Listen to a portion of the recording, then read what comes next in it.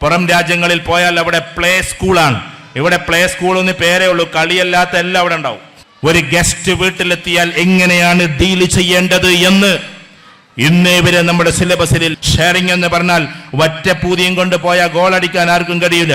5 മക്കളെയൊക്കെ ഒന്നിച്ച് വിവാഹം കഴിപ്പിക്കുക എന്നുള്ളത് ഒരു പിതാവിനെ സംബന്ധിച്ചിടത്തോളം വലിയ പ്രയാസമുള്ള കാര്യമാണ്. കുടുംബ സംഗമം സംഘടിപ്പിക്കുക എന്നത് അതിനേക്കാളൊക്കെ ഭാരിച്ച ഒരു സംഭവമായിരിക്കും. കാരണം ഒരാളോട് ചോദിച്ചാൽ അയാൾ പറയും, എന്തിനാ ഇപ്പം ഇങ്ങനെ ഒരു കുടുംബ സംഗമം, ഇതിനു മുമ്പ് നമ്മളാരും അങ്ങനെ കൂടിയിട്ടില്ലല്ലോ എന്ന് ചോദിക്കാറുണ്ട്. നിങ്ങളുടെ കുടുംബത്തിലുണ്ട് എന്നല്ല പറയുന്നത്, ഉണ്ടാകാറുണ്ട്. ചില കുടുംബങ്ങളിലൊക്കെ ചിലപ്പോൾ ജ്യേഷ്ഠന്മാരും അനിയന്മാരൊക്കെ തമ്മിൽ പിണങ്ങി നിന്നിട്ട് അവൻ പങ്കെടുക്കണമെങ്കിൽ ഞാൻ പങ്കെടുക്കൂല എന്ന് പറയുന്ന ആളുകളും ഉണ്ടാകാറുണ്ട്. പിന്നെ ചിലപ്പോൾ ഈ ഇളയച്ചി മൂത്തച്ചി നാത്തൂൻ പോരിൻ്റെ പേരിൽ പിണങ്ങി നിൽക്കുന്ന ആൾക്കാരും ചില കുടുംബങ്ങളിൽ ഉണ്ടാകാറുണ്ട്. അപ്പോൾ കുടുംബസംഗമം എന്നത് ഒരു പ്രത്യേക ലക്ഷ്യത്തിലായിരിക്കണം നമ്മൾ കൂടേണ്ടത്. വെറുതെ കൂടി പിരിഞ്ഞ് ബിരിയാണി കഴിച്ച് പിരിയാലല്ല സത്യത്തിൽ ഇതിൻ്റെ ലക്ഷ്യം. പിന്നെ നമ്മൾ എപ്പോഴും മനസ്സിലാക്കേണ്ടത് ഇത് 3 കുടുംബക്കാരാണ് ഇരിക്കുന്നത്. ആ കുടുംബത്തിലേക്ക് കയറി വന്നിട്ടുള്ള മരുമക്കളായ ആളുകൾ ഈ കൂട്ടത്തിലുണ്ട്. അവരൊക്കെ മറ്റുള്ള തറവാട്ടിൽ നിന്ന് കയറി വന്നവരാണ്. അതുകൊണ്ട് അവരെ കൂടി മാനിക്കുക എന്നത് നമ്മുടെ ഒരു പ്രത്യേകമായ കാര്യമാണ്. പിന്നെ നമ്മുടെ പെൺമക്കൾ എല്ലാവരും ഇന്നിവിടെ ഉണ്ടാവും. അവനാൻ്റെ കുടുംബം കൂടുമ്പോൾ അവരുടെ ഭർത്താക്കന്മാരോ അവരുമായി ബന്ധപ്പെട്ടവരോ ആയ മറ്റു കുടുംബത്തിൽപ്പെട്ട അംഗങ്ങളും ഇവിടെ ഉണ്ടാകാം. അപ്പൊ ഇരിക്കുന്നത് സത്യത്തിൽ 3 കുടുംബങ്ങളാണ്. ഇതാണ് അതിൻ്റെ യാഥാർത്ഥ്യം. ഞാനിതിങ്ങനെ പറയാനുള്ള കാരണം, ഈ കുടുംബം കൂടുമ്പോൾ അവനവൻ ജനിച്ചു വളർന്ന കുടുംബത്തിന് പ്രാധാന്യം കൊടുക്കുകയും ചിലപ്പോൾ ഇത്തരം കുടുംബ സംഗമങ്ങൾ ഉണ്ടാകുമ്പോൾ രാവിലെ ഭർത്താവ് ചോദിക്കാനല്ല വേഗം ഒരുങ്ങിക്കോ വേഗം പോണ്ടേ എന്ന് ചോദിക്കുമ്പോൾ ഞാനെന്തിനപ്പം അതിന് വരുന്നത്, നിങ്ങളെ കുടുംബസംഗമല്ലേ നിങ്ങൾ പോയാൽ പോരെ എന്ന് ചോദിക്കുന്ന ആളുകളും ചില കുടുംബങ്ങളിൽ ഉണ്ടാകാറുണ്ട്. കുടുംബത്തിലെ എല്ലാവരെയും ഒരുമിച്ച് കൂട്ടി ഇങ്ങനെ ഒരു സംഗമം നടത്തുന്നത് എന്തിനാണ്? ഒരു പ്രത്യേക ലക്ഷ്യത്തിൻ്റെ പേരിലായിരിക്കണം. ഇന്ന് കുടുംബങ്ങൾ ശിഥിലമാകുക എന്നതിനേക്കാളും മാനവരാശി തകരുക എന്നതിലേക്ക് എത്തിയിട്ടുണ്ട്. ഇതുവരെ നമ്മൾ സംസാരിച്ചിരുന്നതൊക്കെ കുടുംബം ശിഥിലമാകുന്നതിനെ കുറിച്ച്, കുടുംബം ഛിന്ന ഭിന്നമാകുന്നതിനെ കുറിച്ചൊക്കെയാണ്. പക്ഷേ ഇന്ന് കുടുംബത്തിലെ ഓരോ വ്യക്തികളെയും ഇങ്ങനെ ഗ്രസിച്ചുകൊണ്ടിരിക്കുന്നത് തകർച്ചകളാണ്. അതാണ് ആധുനിക കാലഘട്ടം ചർച്ച ചെയ്യേണ്ടതും ചർച്ച ചെയ്യപ്പെടേണ്ടതും. പ്രിയപ്പെട്ടവരെ, കുടുംബസംഗമം കൂടുമ്പോൾ ലക്ഷ്യം വേണമെന്ന് പറയുന്നത് എന്തുകൊണ്ടാണ്? നമുക്ക് ഇന്നത്തെ കാലഘട്ടത്തെ ആദ്യം ഒന്ന് ചർച്ച ചെയ്യാം, എന്നിട്ട് ആ ലക്ഷ്യത്തിലേക്ക് കടക്കാം. ഇന്ന് ഏറ്റവും കൂടുതലായി നമ്മുടെ ജില്ലയിലും മറ്റു ജില്ലകളിലും ഏറ്റവും കൂടുതലായി ഇന്ന് നമ്മളെ ബാധിച്ചിരിക്കുന്ന 2 പ്രശ്നങ്ങളുണ്ട്. ഒന്ന് നിയോ ലിബറലിസം, മറ്റൊന്ന് ഡ്രഗ് അഡിക്ഷൻ. ഇതെന്തിനാ കുടുംബസംഗമത്തിൽ പറയുന്നത് എന്ന് നിങ്ങൾ ചോദിക്കും. ഇന്ന് അത് ചർച്ച ചെയ്തുകൊണ്ട് കുടുംബം തുടങ്ങലാണ് നല്ലതെന്ന് തോന്നുന്നു. 1400 കോടിയുടെ സാധനങ്ങളൊക്കെയാണ് കേരളത്തിലേക്ക് മാറിമറിഞ്ഞ് വന്നുകൊണ്ടിരിക്കുന്നത്. അതിൻ്റെ പിന്നിൽ ഏതായാലും സാധാരണ കച്ചവടക്കാരാകില്ല, ഭീമന്മാരായ കച്ചവടക്കാരുണ്ടാകും. അതുകൊണ്ട് തന്നെ ഓരോ കുട്ടികളെയും വലയിൽ വീഴ്ത്തുന്നതിന് വേണ്ടി ഓരോ കുടുംബത്തെയും ഗ്രസിക്കുന്ന വലിയ പ്രയാസമുള്ള കാര്യമായി അത് വന്നുകൊണ്ടിരിക്കുകയാണ്. പക്ഷെ അവിടെ പോലും ഇന്ന് അതില്ലാത്ത ഗ്രാമങ്ങൾ വാർത്തെടുക്കാൻ വേണ്ടി അവിടുത്തെ മതരാഷ്ട്രീയ സാമൂഹിക രംഗത്തെ എല്ലാവരും പാടുപെടുകയാണ്. മദ്രസയിലേക്ക് പോകുന്ന കുട്ടികൾക്ക് വരെ മിഠായി കൊടുത്ത് മയക്കാൻ ആളുകളുണ്ട് എന്നാണ് നമ്മൾ മനസ്സിലാക്കേണ്ടത്. കുടുംബം കൂടുതൽ സജീവമല്ലെങ്കിൽ, കുടുംബം കൂടുതൽ ശ്രദ്ധാലുക്കളല്ലെങ്കിൽ നമ്മുടെ കുഞ്ഞു കുരുന്നുകൾ പോലും അതിൽ പെട്ടുപോകുന്ന സാഹചര്യമാണ് നമ്മുടെ നാടുകളിലുള്ളത്. ഇത് കേൾക്കുന്ന പ്രവാസികൾ, എനിക്കറിയാം ഇപ്പൊ ഗൾഫ് നാടുകളിൽ നിന്നൊക്കെ മക്കളെ കേരളത്തിൽ കൊണ്ടുവന്ന് പഠിപ്പിക്കാൻ മടി കാണിക്കുന്നു. ഒരുപാട് ആളുകളെ തന്നോട് പറഞ്ഞിട്ടുണ്ട്. ഇപ്പൊ കഴിഞ്ഞ ആഴ്ചയും അവിടെ ഒരു പരിപാടിക്ക് പോയ സമയത്ത് മക്കൾ എവിടെയാ പഠിപ്പിക്കേണ്ടത് എന്ന് കുറെ ആളുകളുടെ ചോദ്യത്തിന് അവിടെ വിദ്യാർത്ഥികൾക്ക് വേണ്ടിയിട്ടൊരു പരിപാടി തന്നെ ഉണ്ടായിരുന്നു. കുവൈത്തിലായിരുന്ന പരിപാടി. ആ പരിപാടി വിദ്യാർത്ഥികൾക്ക് വേണ്ടിയിട്ടുള്ള പരിപാടി. ഒരുപാട് ഇതേപോലെ വിദ്യാർത്ഥികൾ നിരന്നിരിക്കുകയാണ്. ആർക്കും കേരളത്തിൽ പഠിക്കാൻ താല്പര്യമില്ല. എന്താണ് കാരണമെന്ന് ചോദിക്കുമ്പോൾ അവരുടെയൊക്കെ വ്യാജമായ വാർത്ത അവർ മനസ്സിലാക്കിയിട്ടുള്ളത് കേരളത്തിൽ ഒന്നാകെ മയക്കുമരുന്നാണ് എന്നുള്ളതാണ്. അത് തെറ്റാണ്. വളരെ കുറച്ച് ആളുകൾ മാത്രം ഉപയോഗിക്കുന്നുണ്ടാകാം, അല്ലാതെ നമ്മൾ ജനറലൈസ് ചെയ്ത് പറയരുത്. പക്ഷെ ഇത് നമ്മൾ ചിന്തിക്കേണ്ടത് കുടുംബത്തിന്റെ ശിഥിലീകരണം സംഭവിക്കുന്നത് പഴയ പോലെ നാത്തൂൻ പോരിലോ ജ്യേഷ്ഠനും അനിയനും തമ്മിലുള്ള വക്കാണത്തിലോ അല്ല. പകരം ഇതൊക്കെ സംഭവിക്കുന്നത് ഓരോ വ്യക്തികൾ നശിക്കുമ്പോഴാണ്. പിതാവ് നശിക്കുമ്പോൾ ആ കുടുംബം മൊത്തത്തിൽ നശിക്കുന്നു. പിതാവ് ഒരു പുകവലിക്കാരനാകുമ്പോൾ, പുകവലിക്കുന്നവരാരെങ്കിലും ഉണ്ടെങ്കിൽ ക്ഷമിച്ചേക്കണം, അത് നല്ല കാര്യമല്ല എന്നുള്ള കാര്യം ഉറപ്പാണ്. ലാ തുൽക്കി അഹ്ലീക്കും ഇല തഹ്ലുക എന്ന് ഖുർആനിലൊരു ആയത്തുണ്ട്. നിങ്ങൾ നിങ്ങളെ സ്വയം നാശത്തിലേക്ക് വലിച്ചിഴക്കരുത്. അതിന്റെ തഫ്സീറിൽ ഉലമാക്കൾ എഴുതിയിട്ടുണ്ട്. ആധുനിക കാലഘട്ടത്തിലെ ആളുകൾ ഖുർആൻ എന്ന് പറഞ്ഞിട്ടുണ്ടെങ്കിൽ ഖുർആന്, ഹദീസ്, ഖിയാസ്, ഇജ്മാ, ഇജ്തിഹാദ്, 5 കാര്യങ്ങളാണ് ദീൻ എന്ന് പറഞ്ഞാൽ. അതിപ്പോ ഒരു ദീനി ക്ലാസ് അല്ലാത്തതുകൊണ്ട് അത് വിശദീകരിക്കേണ്ട കാര്യമില്ല. എന്ന് വെച്ചാൽ ഒന്ന് ഖുർആനുണ്ട്, അതിനോട് ഉപോത്ബലകമായ റസൂലുള്ളാഹിയുടെ വാക്കുകൾ, പ്രവർത്തികൾ, മൗനാനുവാദങ്ങൾ, അതാണ് ഹദീസ്. അതിന്റെ പുറത്ത് ഖിയാസ്, മുൻകഴിഞ്ഞു പോയ ആളുകൾ എങ്ങനെയാണ് ദീനിലേക്ക് ചേർത്ത് വായിച്ചത്. പിന്നൊന്ന് ഇത് ഇജ്മാ എന്ന് പറഞ്ഞിട്ടുണ്ടെങ്കിൽ സത്യത്തിൽ അത് ഒരുപാട് ഇമ്മാത്തുകളുടെ, ഇമാമുമാരുടെ, ഷാഫി, ഹനഫി, അംബലി, മാലിക്കി പോലെയുള്ള ആളുകളുടെ അഭിപ്രായം എന്താണ്. അത് കഴിഞ്ഞാൽ പിന്നെ തജ്ദീദാണ് എന്ന് പറഞ്ഞിട്ടുണ്ടെങ്കിൽ ശരിക്കും പുതിയ പുതിയ ഗവേഷണങ്ങളാണ്. ഒരു ഉദാഹരണം പറഞ്ഞാൽ, മൊബൈല് കയ്യിൽ പിടിച്ചുകൊണ്ട് ബാത്റൂമിലേക്ക് പോകാൻ പാടുണ്ടോ എന്ന ചോദ്യത്തിന്റെ ഉത്തരം ഖുർആനിലുണ്ടാകില്ല, ഹദീസിലുണ്ടാകില്ല, ഇജ്മായിലുണ്ടാകില്ല, ഖിയാസിലും ഉണ്ടാകില്ല, അത് ഇജ്തിഹാദിലാണ് ഉണ്ടാവുക. എന്ന് വെച്ചാൽ മൊബൈലിൽ ഫുള്ളായിട്ട് ഖുർആന്റെ തഫ്സീർ ഉണ്ടാകും. അപ്പൊ നമ്മുടെയൊക്കെ മൊബൈൽ 6-7 തഫ്സീറുകളുണ്ട് ഫുള്ളായിട്ട്. അപ്പൊ അതില് ഇബ്നു കസീറിന്റെ തഫ്സീർ ഉണ്ടാകും, അതേപോലെ തന്നെ ഇമാം റാസിയുടെ തഫ്സീർ ഉണ്ടാകും, അതേപോലെ തന്നെ നമ്മള് സാധാരണ ഇംഗ്ലീഷിലൊക്കെ നോക്കുന്ന, നിങ്ങളൊക്കെ നോക്കുന്ന അല്ലാമ യൂസുഫ് അലിയുടെ തഫ്സീർ ഉണ്ടാകും, അതേപോലെ തന്നെ ചിലപ്പോൾ ജലാലൈനി തഫ്സീർ ഉണ്ടാകും. ഇങ്ങനെ ഓരോ തഫ്സീറുകളും അതിലുണ്ടാകും. ആ തഫ്സീറും കൊണ്ട് ബാത്റൂമിൽ പോകാൻ പറ്റുമോ? അതൊരു ചോദ്യമാണ്. ആ ചോദ്യത്തിന്റെ ഉത്തരം എന്താണ്? സാധാരണക്കാരായ നമുക്കറിയില്ല. അതുകൊണ്ട് ഉലമാക്കൾ ഇജ്തിഹാദ് ചെയ്യണം, ഗവേഷണം ചെയ്യണം. അപ്പൊ ഹാഫിളായ ഒരാൾ, തഫ്സീർ പഠിച്ച ഉലമാക്കൾ ബാത്റൂമിൽ പോകുന്നു. ആ ബാത്റൂമിൽ പോകുന്ന സമയത്ത് അവരവിടെ ഓതാൻ പാടില്ല, അതിനെക്കുറിച്ച് ഓർക്കാൻ പാടില്ല. അതേപോലെ തന്നെ മൊബൈൽ കൊണ്ടുപോകുമ്പോൾ അതിലുള്ള കാര്യങ്ങൾ അവിടെ നമ്മൾ നോക്കാൻ പാടില്ല, അതിലുള്ളത് കേൾക്കാൻ പാടില്ല, അതിലേക്ക് റിംഗ് ടോൺ പോലും ദീനിയായ കാര്യങ്ങൾ വരാൻ പാടില്ല. അതാണ് അതിന്റെ ഉത്തരം. അത് ഈ ആധുനിക കാലഘട്ടത്തിൽ ഉലമാക്കളാണ് പറഞ്ഞു തരിക. ഇതേപോലെ ആധുനിക കാലഘട്ടത്തിൽ കുടുംബത്തിന്റെ ശിഥിലീകരണം നമ്മൾ സംസാരിക്കുമ്പോൾ ഗവേഷണാത്മകമായി പറഞ്ഞാൽ ആദ്യത്തെ ഏറ്റവും വലിയ കെടുതി എന്ന് പറഞ്ഞാൽ അത് ഇന്നത്തെ സ്കൂളുകളിലും ക്യാമ്പസുകളിലും തെരുവുകളിലും അതേപോലെ തന്നെ ആഘോഷവേളകളിലുമൊക്കെയുള്ള ഇത്തരത്തിലുള്ള പ്രവണതകളാണ്. ആ ഗവേഷണാത്മകമായിട്ടാണ് പറയുന്നത്. പുകവലി എന്ന് പറയുന്ന പ്രയോഗം ചിലപ്പോൾ ഹദീസിൽ നമ്മൾ കാണില്ലെങ്കിലും പുകവലിക്കുക എന്നത് പോലും നമ്മുടെ നാശത്തിന് കാരണമാകുന്നത് കൊണ്ട് ലാ തുൽക്കി അഹ്ലീക്കും ഇല തഹ്ലുക, നിങ്ങൾ നിങ്ങളെ സ്വയം നാശത്തിലേക്ക് വലിച്ചിഴക്കരുത് എന്ന ഖുർആൻ വാക്യത്തിന് എതിരായി മാറുന്നു എന്നതാണ്.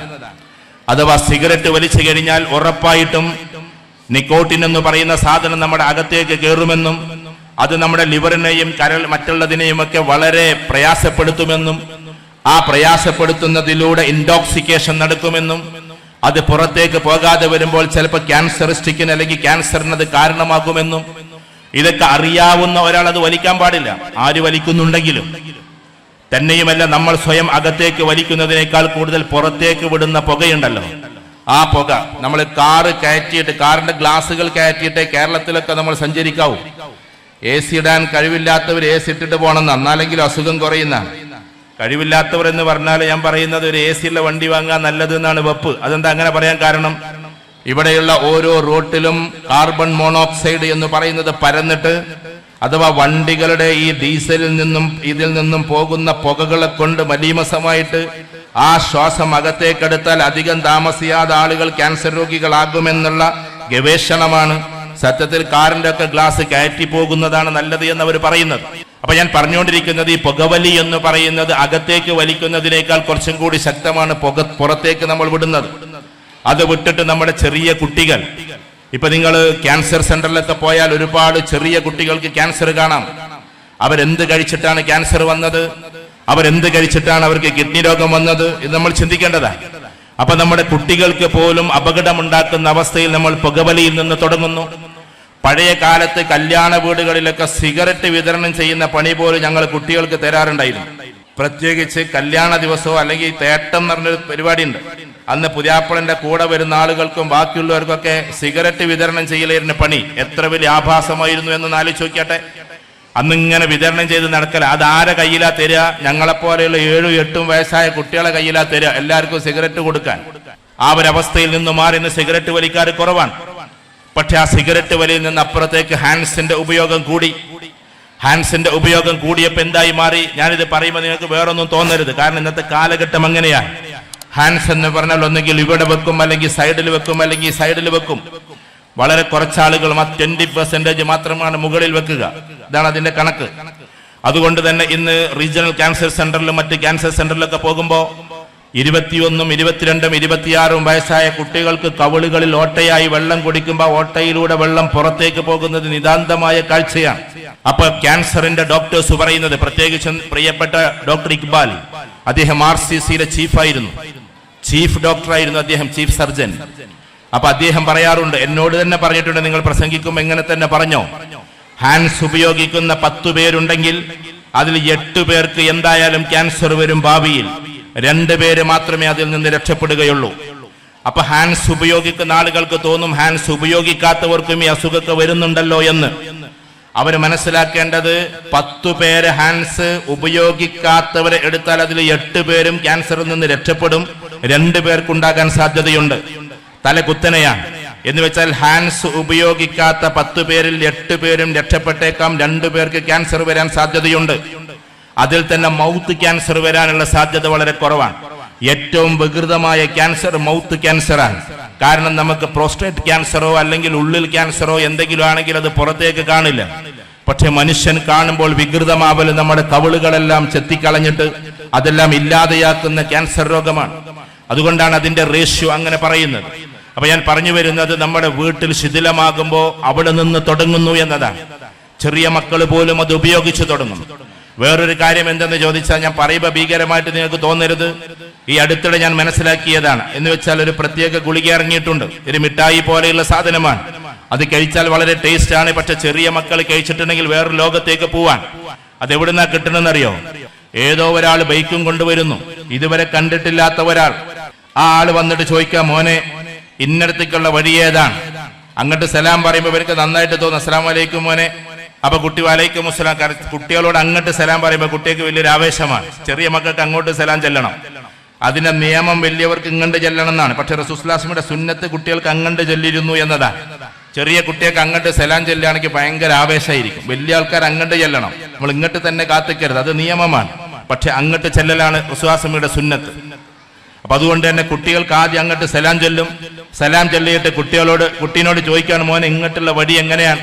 ഉദാഹരണത്തിന് ഇവിടെ നിന്ന് ചോദിക്കാൻ, ഇവിടുന്ന് ചമ്രവട്ടത്തേക്കുള്ള വഴി എങ്ങനെയാണ്? അപ്പൊ കുട്ടി പറഞ്ഞവർക്ക് ഇങ്ങനാണ്ട് തിരിഞ്ഞിട്ട് ഇങ്ങനെ പോകലാണ്. അപ്പൊ ആ കുട്ടിനോട് താങ്ക്സ് ഇട്ടോ മോനെ എന്നൊക്കെ പറയും. എന്നിട്ട് മോനൊരു മിഠായി തരാതാ കഴിച്ചോ എന്ന് പറയും. അപ്പൊ ഈ കുട്ടിയുടെ വിചാരം ഈ വഴി പറഞ്ഞു കൊടുത്തതിന്റെ പേരിൽ ഇക്കാക്ക തരുന്ന സമ്മാനമാണ് എന്നാണ്. അങ്ങനെ എത്രയോ കുട്ടികൾ ഈ ചതിയിൽ പെട്ടുപോവാൻ. പാവം നിഷ്കളങ്കമായി മദ്രസയിലേക്ക് പോകുന്ന, 6 മണിക്ക് ക്ലാസ് റൂമിലേക്ക് പോകുന്ന കുട്ടികൾ വരെ ഇതിന്റെ കെടുതിയിൽ പെട്ടുപോവുകയാണ്. ഇവിടെ നമ്മൾ അറിയേണ്ടത്, ഇന്നത്തെ കാലഘട്ടത്തിൽ കുടുംബസംഗമം കൂടുമ്പോ എല്ലാവരും ഇതിന്റെ ഇരകളല്ലെങ്കിൽ പോലും നമ്മുടെ മക്കളെ പോലും ശ്രദ്ധിക്കണേ എന്ന് പറയാനാണ്. അപ്പൊ അതുകൊണ്ട് അതുമുതൽ തുടങ്ങണം നമ്മുടെ ശ്രദ്ധ. നമ്മുടെ കുട്ടികളുടെ ഓരോ കാര്യത്തിലുമുള്ള ശ്രദ്ധകളാണ് നമുക്ക് ഉണ്ടാക്കേണ്ടത്. നമ്മൾ വിചാരിക്കും ഈ സാധനമൊക്കെ ഉപയോഗിക്കുന്നത് ഒരു പക്ഷേ ഇവിടെ നിന്ന് അങ്ങോട്ട് പോയാൽ തവനൂര് എന്ന് പറയുന്ന സ്ഥലമുണ്ട്, അവിടെ ചെറിയ കുട്ടികളെ, ഇങ്ങനെ ആരുമില്ലാത്ത കുട്ടികളെ താമസിക്കുന്ന സ്ഥലമുണ്ട്. അവിടെ 60ഉം 70ഉം കുട്ടികളാണ്. അതിൽ കുറെ കുട്ടികൾ ഇത്തരത്തിലുള്ള കെടുതികളിൽപ്പെട്ട മക്കൾ കൂടിയാണ്. അതുകൊണ്ട് ഡി അഡിക്ഷൻ സെന്റർ എന്ന് പറയുന്ന സെന്ററിൽ പോലും നമ്മളൊക്കെ അവിടെ പോകാറും അവരെ കാണാറും കൗൺസിലിംഗ് നടത്താറും ഉള്ളത് കൊണ്ട് പറയാം, ചെറിയ മക്കൾ പോലും ഇതിന്റെ ബലിയാടുകളാണ്. അതുകൊണ്ട് നമ്മളെ സംബന്ധിച്ചിടത്തോളം കുടുംബത്തിനൊരു ജാഗ്രതയുണ്ടാവുക എന്നത് ആദ്യത്തെ ലക്ഷ്യമാണ്. ആ ജാഗ്രത ഇല്ലാതിരിക്കാൻ കാരണം എന്താണ്? നമ്മളെല്ലാവരും ഫോക്കസ് തെറ്റിപ്പോയിരിക്കുന്നു. ഓരോ മാതാക്കളും ഫോക്കസ് തെറ്റി തന്റെ മക്കളെ നല്ല രീതിയിൽ പരിപാലിക്കുക എന്ന ഫോക്കസിൽ നിന്ന് മാറി വാട്സപ്പും ഫേസ്ബുക്കും ഇങ്ങനെയുള്ളതിലേക്ക്, ഇൻസ്റ്റഗ്രാമിലേക്ക് നമ്മൾ വഴിമാറി സഞ്ചരിച്ചു. അതുകൊണ്ട് കുട്ടികൾ സ്കൂൾ വിട്ട് വരുമ്പോൾ വരെ ഉമ്മാക്ക് ജോലി ഫേസ്ബുക്ക് നോക്കിയിരിക്കലാണ്. പണ്ടൊക്കെ ഞങ്ങളുടെയൊക്കെ കാലഘട്ടത്തിൽ സ്കൂൾ വിട്ട് വരുമ്പോൾ ഞങ്ങൾക്ക് വലിയ സന്തോഷമാണ്. അന്ന് അരിമണി വറുത്തതും ചായയും എന്ന് പറയുന്ന ഒരു സാധനമുണ്ട്. അത് ഇപ്പോഴത്തെ കാലത്ത് വളരെ കുറവാണ്. അന്ന് അരിമണി വറുത്തത് ചായയില് അതിൽ തേങ്ങയൊക്കെ ഇട്ടിട്ടൊരു ചായ ഉണ്ടാക്കലുണ്ട്. അത് കഴിക്കാനായിട്ട് ഓടി വരും. ഉമ്മമാർ കാത്തിരിപ്പുണ്ടാകും. വന്ന പാടെ, അന്നവർക്ക് ഫേസ്ബുക്ക് അറിയില്ല, വാട്സപ്പ് അറിയില്ല, അതൊന്നും ഇറങ്ങാത്ത കാലമാണ്. അതുകൊണ്ട് തന്നെ വന്നപാടെ ഒന്ന് സലാം പറഞ്ഞ് ആദ്യം തരുന്നത് ഇതാണ്. ഇതിനു വേണ്ടി കാത്തിരിക്കുകയാണ്. പക്ഷെ ഇന്ന് കുട്ടികൾ ബാഗും കൊണ്ട് വീട്ടിന്റെ മുറ്റത്തിൽ എത്തി, അവിടെ നിന്ന് അകത്തേക്ക് എത്തി, ബാഗും മറ്റുള്ള സാധനങ്ങളൊക്കെ വീട്ടിന്റെ അകത്ത് വെച്ച് അവര് റൂമിൽ പോയിട്ട് TV ഓണാക്കിയാൽ പോലും ഇവിടെ ഉമ്മ അറിയുന്നില്ല, അല്ലെങ്കിൽ അവര് ആരുടെയോ മൊബൈൽ എടുത്ത് കളിച്ചാൽ പോലും ഉമ്മ അറിയുന്നില്ല. കാരണം ഉമ്മമാരെല്ലാവരും ഈ ലോകത്തിലായി പോയി എന്നതാണ്. ഈ കൊറോണ വന്നതിന് ശേഷം കുട്ടികളെല്ലാം വളരെ സ്വതന്ത്രമാണ്. ഒരു കുട്ടി എന്നോട് പറഞ്ഞത്, ഈ കൊറോണ സമയത്താണ് ഞങ്ങൾ ചാറ്റിംഗ് തുടങ്ങിയത്. കാരണം എന്തുകൊണ്ടാ? ഉമ്മമാരുടെ മൊബൈലുകൾ ചെറിയ കുട്ടികൾക്ക് പോലും 100% സജീവമായ കാലഘട്ടമായിരുന്നു കൊറോണയുടെ കാലഘട്ടം. ഉമ്മമാര് മാതാക്കൾ എപ്പോഴെങ്കിലൊക്കെ കുട്ടികൾക്ക് മൊബൈൽ കൊടുക്കലുള്ളായിരുന്നു. ഇപ്പത്തെ അവസ്ഥ എന്താന്ന് വെച്ചാൽ ഉമ്മാന്റെ മൊബൈൽ കുട്ടിനോട് ചോദിച്ചിട്ട് വേണം ഇങ്ങോട്ട് വാങ്ങാൻ. പണ്ട് കുട്ടി അങ്ങോട്ട് ചോദിച്ചിട്ട് വാങ്ങലായിരുന്നു. ഇപ്പൊ ഉമ്മാര് പറയാണ്, മോനൊരു 5 മിനിറ്റ് ഇങ്ങോട്ട് കാട്ടിക്കാൻ, ഞാനൊന്ന് നോക്കിയിട്ട് അങ്ങോട്ട് തരാം. ഈ ഒരു ഗതിയിലേക്ക് പോയിരിക്കാൻ. അപ്പൊ കുട്ടികൾക്ക് സർവതന്ത്ര സ്വതന്ത്രമായി ഈ സാധനം ഏൽപ്പിച്ചു. അതിന്റെ ഫിസിക്കൽ ഡെപ്ത് എത്രയാണെന്ന് നമുക്കറിയില്ല. കാരണം ഇപ്പൊ ഇവിടെ ഇങ്ങനെ നോക്കുമ്പോൾ ചിലപ്പോൾ 4, 5, 6 ആളുകളായിരിക്കും കണ്ണട വെച്ചിരിക്കുന്നത്. ഇനി ഒരു കാലം അതിവിദൂരമല്ല, കുറച്ച് വർഷങ്ങൾ കഴിഞ്ഞാൽ ഇങ്ങനൊരു സദസ്സ് കണ്ടു കഴിഞ്ഞാൽ 5, 6 ആളുകളായിരിക്കും കണ്ണട വെക്കാത്തതുണ്ടാവുക. അത്രമാത്രം ഡ്രൈ ഐനെസ് എന്ന് പറയുന്ന സാധനത്തിലേക്ക് മനുഷ്യർ പോയിക്കൊണ്ടിരിക്കാൻ. ഇന്ന് ഏറ്റവും കൂടുതൽ ഒരു മരുന്ന് കമ്പനിക്ക് അതിനു വേണ്ടിയിട്ട് മരുന്നിന്റെ ഈ ഇൻഗ്രീഡിയൻസ് ഒക്കെ മിക്സ് ചെയ്യുന്ന ഒരു വലിയൊരു മനുഷ്യനുണ്ട്. അദ്ദേഹം പറയാണ്, ഈ അടുത്ത കാലഘട്ടത്തിൽ ഇനി ഇറങ്ങാൻ പോകുന്നത് കണ്ണിനുള്ള ഒരുപാട് ഐറ്റം മരുന്നുകളാണ്. കാരണം അത്രമാത്രം നമ്മുടെ കണ്ണുകൾ ഐ ഡ്രൈനെസ് എന്നതിലേക്ക്. കാരണം കൃഷ്ണമടി എന്ന് പറഞ്ഞാൽ ഇടയ്ക്കിടയ്ക്ക് ഇങ്ങനെ ഇളകേണ്ടുന്ന സാധനമാണ്. അതിങ്ങനെ അങ്ങോട്ടും ഇങ്ങോട്ടും ഇളകണം, ചലിക്കണം, എപ്പോഴും ഇങ്ങനെ ഉമപെട്ടണം. ഈ ഒരു രീതിയിൽ നിന്ന് മാറി 2-2.5 മണിക്കൂർ ഇങ്ങനെ നോക്കിയിരിക്കാൻ. അതിൽ ഇവിടെ വേദന വരുന്നു. കാരണം ഇന്ന് ആളുകൾക്ക് എല്ലാവർക്കും ഇവിടെയാ കൂടുതൽ വേദന. എന്തുകൊണ്ടാ? ഈ നോക്കിയിരുത്താണ്. ഇതിന്റെ ഇൻട്രസ്റ്റ് കൊണ്ട് ഈ വേദന നമ്മൾ അറിയുന്നില്ല. ചില ആളുകൾക്ക് കൈ കടച്ചില്ല. എന്താ കാര്യം? കിടന്നുകൊണ്ട് മൊബൈൽ ഇങ്ങനെ പിടിച്ചോണ്ട് നിൽക്കാൻ. ഒരേ ആക്ഷനിൽ ഈ കൈ ഇങ്ങനെ തന്നെ പിടിച്ചാൽ പിന്നെ കുറെ കഴിഞ്ഞാൽ കടയുന്നുള്ള കാര്യം ഉറപ്പാണ്. ഇങ്ങനെ അവയവങ്ങളെല്ലാം ശക്തി ക്ഷയിച്ചു കൊണ്ടുപോവുകയും അതൊരു ഭാഗം. രണ്ടാമത്തെ ഭാഗം ഏതാണ്? മനുഷ്യന്റെ മനസ്സ് മാറിക്കൊണ്ടിരിക്കാൻ. കാരണം ഒരു മനുഷ്യന്റെ മൈൻഡിലേക്ക് ഇൻഫർമേഷൻ എന്ന് പറയുന്നത് സാവകാശമേ കയറാൻ പാടുള്ളൂ. അതിനാണ് പുസ്തക വായന പറഞ്ഞത്. പുസ്തകത്തിലെ ഒരു പേജ് വായിക്കണമെങ്കിൽ ഏകദേശം ഒരു 5 മിനിറ്റോ 10 മിനിറ്റോ സമയമെടുക്കും. ആ സമയമെടുത്ത് വായിച്ചിട്ട് കേട്ടേണ്ടുന്ന ഇൻഫർമേഷൻ സ്ക്രോൾ ചെയ്ത് ഇങ്ങനെ പോകുന്നത് കൊണ്ട്, വ്യത്യസ്തമായ ഇൻഫർമേഷൻസ് നമ്മുടെ ബ്രെയിനിലേക്ക് കയറുന്നത് കൊണ്ട് നമുക്ക് ഒന്നും ഓർമ്മയില്ലാത്ത അവസ്ഥയിലേക്കാണ്. ഫേസ്ബുക്കിൽ ഇന്നലെ എന്തൊക്കെയാ കണ്ടതെന്ന് ആർക്കെങ്കിലും ഓർമ്മയുണ്ടോ? ഇല്ലല്ലോ. കാരണം സ്ക്രോൾ ചെയ്ത് പോവാൻ. ഓരോ 5 സെക്കൻഡിലും ഇൻഫർമേഷൻ ബ്രെയിനിലേക്ക് കയറി ബ്രെയിനാകെ കൺഫ്യൂഷൻ സ്റ്റേജിലേക്ക് മാറിക്കൊണ്ടിരിക്കാൻ. ബ്രെയിനിനെ സംബന്ധിച്ചിടത്തോളം ഏതാണ് ഏറ്റെടുക്കേണ്ടത്, ഏതാണ് തള്ളേണ്ടത് എന്നറിയുന്നില്ല. അങ്ങനെ അരിച്ചരിച്ച് ബ്രെയിനിന്റെ ഓർമ്മശക്തികൾ നഷ്ടപ്പെട്ടു പോകുന്ന വേറൊരവസ്ഥ. അങ്ങനെ ഞാൻ ഈ പറഞ്ഞു വരുന്നത് വളരെ ശാസ്ത്രീയപരമായി പറഞ്ഞുകൊള്ളട്ടെ. കുട്ടികളുടെ മാനസികപരമായ അവസ്ഥകളും മാറുന്നു, അവരുടെ ശാരീരികമായ അവസ്ഥകളും മാറുന്നു. കുട്ടികളിൽ ബിഹേവിയറൽ എന്ന് പറയുന്ന ഒരു സാധനം, ബിഹേവിയർ എന്ന് പറഞ്ഞാൽ പെരുമാറ്റം എന്നാണ്. പെരുമാറ്റത്തിന് ഏറ്റവും നല്ല കാര്യം കുട്ടികളെ പഠിപ്പിക്കുക എന്നതാണ്. അതുകൊണ്ട് കുട്ടികളുടെ പെരുമാറ്റ ശാസ്ത്രം മാറുന്നു. അവരുടെ ബിഹേവിയർ എന്ന് പറയുന്നതുണ്ടല്ലോ, പെരുമാറ്റം മാറിക്കൊണ്ടിരിക്കാൻ. ഉമ്മമാരോട് പെട്ടെന്ന് ചൂടാകുന്നു. ഉമ്മമാര് ആരാണെന്ന് അവർക്കറിയുന്നില്ല. വാപ്പമാരോട് ശകാരങ്ങൾ അടിച്ചുവിടുന്നു. എന്താ കാര്യം? മൊബൈല് കിട്ടാത്തത് കൊണ്ടാണ്. ഇന്ന് ചെറിയ കുട്ടിയൊക്കെ 1.5 വയസ്സുള്ള കുട്ടികൾ ചിരിക്കണം എന്നുണ്ടെങ്കിൽ മൊബൈൽ കൊടുത്താൽ മതി. 1.5 വയസ്സുള്ള കുട്ടി കരയണം എന്നുണ്ടെങ്കിൽ മൊബൈൽ കണ്ട് വാങ്ങിയാൽ മതി. അത്രത്തോളം 1.5 വയസ്സുകാരന് പോലും ഇങ്ങനെ ഇരിക്കണ ഇരിപ്പിൽ ഇങ്ങനെ മൊബൈൽ നോക്കുമ്പോൾ മലന്ന് വീഴുന്ന കുട്ടികൾ അന്നത്തെ കാലത്തുള്ളത്. അത്ര പ്രായ കുട്ടിക്കായിട്ടുള്ളൂ. തന്നെയല്ല, ഈ ചെറിയ മക്കളുടെ അവയവങ്ങൾ വളർന്നുകൊണ്ടിരിക്കാൻ. അത് വളരെ എളമയുള്ളതാണ്. അതതിന്റെ ഡെപ്തിലേക്ക് എത്തിയിട്ടില്ല. അപ്പൊ കണ്ണ്, ചെറിയ കുട്ടികളുടെ കണ്ണ് എന്ന് പറഞ്ഞാൽ അത് വളരെ സെൻസിറ്റീവാണ്. അതിലേക്ക് ഇതിന്റെ പ്രകാശരശ്മികൾ ഇങ്ങനെ അടിക്കടി കയറിക്കൊണ്ടിരിക്കുന്നത് വലിയ നഷ്ടമാണ്. അതുകൊണ്ട് ഇന്റർനാഷണൽ യൂണിവേഴ്സിറ്റികളിൽ പോലും കുട്ടികൾ 2 മണിക്കൂറേ അല്ലെങ്കിൽ 3 മണിക്കൂർ മാത്രമേ നെറ്റിലിരിക്കാവൂ എന്ന ഭാഗങ്ങളുണ്ട്. നമുക്കിതൊന്നും അറിയാത്തത് കൊണ്ട്, നമ്മൾ ഭക്ഷണം കഴിക്കലും അങ്ങനെ തന്നെയാണല്ലോ, നമുക്കൊന്നും അറിയില്ലല്ലോ. കാരണം ഇറച്ചിയും മീനും അതേപോലെ തന്നെ ആട്ടിറച്ചിയും എല്ലാം കൂടി ഉണ്ടായാൽ എല്ലായിടത്തും കഴിക്കണ ഏക കൂട്ടർ നമ്മൾ മലയാളികൾ മാത്രമായിരിക്കും. വേറെ നമ്മൾ തുർക്കിയിൽ പോയാലോ വേറെ ഏത് രാജ്യത്ത് പോയാലും കോമ്പിനേഷൻ എന്ന് പറയുന്ന ഒരു സാധനമുണ്ട്. അവർ കോമ്പിനേഷൻ അനുസരിച്ചിട്ട് വെക്കുക. എന്ന് വെച്ചാൽ ഇലകൾ ഒരു ഭാഗത്തുണ്ടാകും, അതിന്റെ അപ്പുറത്ത് പയറുവർഗ്ഗങ്ങൾ, കടലവർഗ്ഗങ്ങൾ ഉണ്ടാകും, അതിന്റെ അപ്പുറത്ത് ഈ മുട്ട പോലെയുള്ള പ്രോട്ടീനുള്ള സാധനങ്ങൾ ഉണ്ടാകും, അതിന്റെ അപ്പുറത്ത് കുറച്ച് റൈസ് ഉണ്ടാകും. ഞാൻ നമ്മുടെ സാദിഖ് അലി തങ്ങളെല്ലാവരും കൂടി തുർക്കിയിലേക്ക് ഒരു യാത്ര പോയപ്പോ കുറെ വർഷങ്ങൾക്ക് മുമ്പാണ്.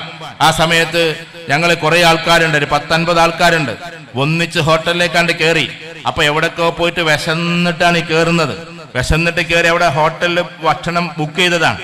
ആ സമയത്ത് എല്ലാരും കൂടി കയറിയിട്ട് ഇങ്ങനെ ചോറൊക്കെ ഇങ്ങനെ കൂന കൂട്ടിയതുപോലെ എടുക്കുന്നുണ്ട്. അവിടെ ആകെ ഒരൊറ്റ കയ്യിലെ ചോറ് എടുക്കാൻ പാടുള്ളൂ. അതാണ് അവിടുത്തെ നിയമം. കാരണം അത്ര ചോറ് അവിടെ ഉള്ളവർ കഴിക്കുള്ളൂ. ബാക്കിയൊക്കെ ഫ്രൂട്ട്സ് അല്ലെങ്കിൽ മറ്റുള്ള സാധനങ്ങളെ കഴിക്കുക. നമ്മളിങ്ങനെ ഇത് ആകെ 3 ദിവസത്തെ യാത്രക്കോ 10 ദിവസത്തെ യാത്രക്കോ ചെല്ലണല്ലേ. എല്ലാവരും ആ വിശപ്പിന്റെ കാഠിന്യം കൊണ്ട് കുന്നുകൂട്ടിയിരിക്കുന്നുണ്ട്. അതിലൊരു സപ്ലയർ ഇങ്ങനെ ചോദിച്ചു, ഹൂ ഈസ് ലീഡർ എന്ന് പറഞ്ഞാൽ ഇങ്ങനെ നടക്കുന്നുണ്ട്. ആരാ ലീഡർ എന്ന്. സത്യത്തിൽ സാദിഖ് അലി തങ്ങളാണ് അതിന്റെ ലീഡർ എങ്കിൽ പോലും അതിന്റെ ഉത്തരവാദിത്വം നമുക്കായതുകൊണ്ട് എന്നെ ചൂണ്ടിക്കാണിച്ചു കൊടുത്താരോ എന്റെ അടുത്ത് വന്നിട്ട് ആ കുട്ടി ചോദിക്കാണ്, ഏത് പട്ടിണി രാജ്യത്ത് നിങ്ങൾ വരുന്നത് എന്ന്. കാരണം എന്താന്ന് വെച്ചാൽ ഇങ്ങനെ ചോറ് തിന്നുന്ന ഏക ടീമാണ് നമ്മൾ. ഞാൻ എവിടെയോ സൂചിപ്പിച്ചിട്ടുണ്ട് കഴിഞ്ഞ നാളുകളിൽ.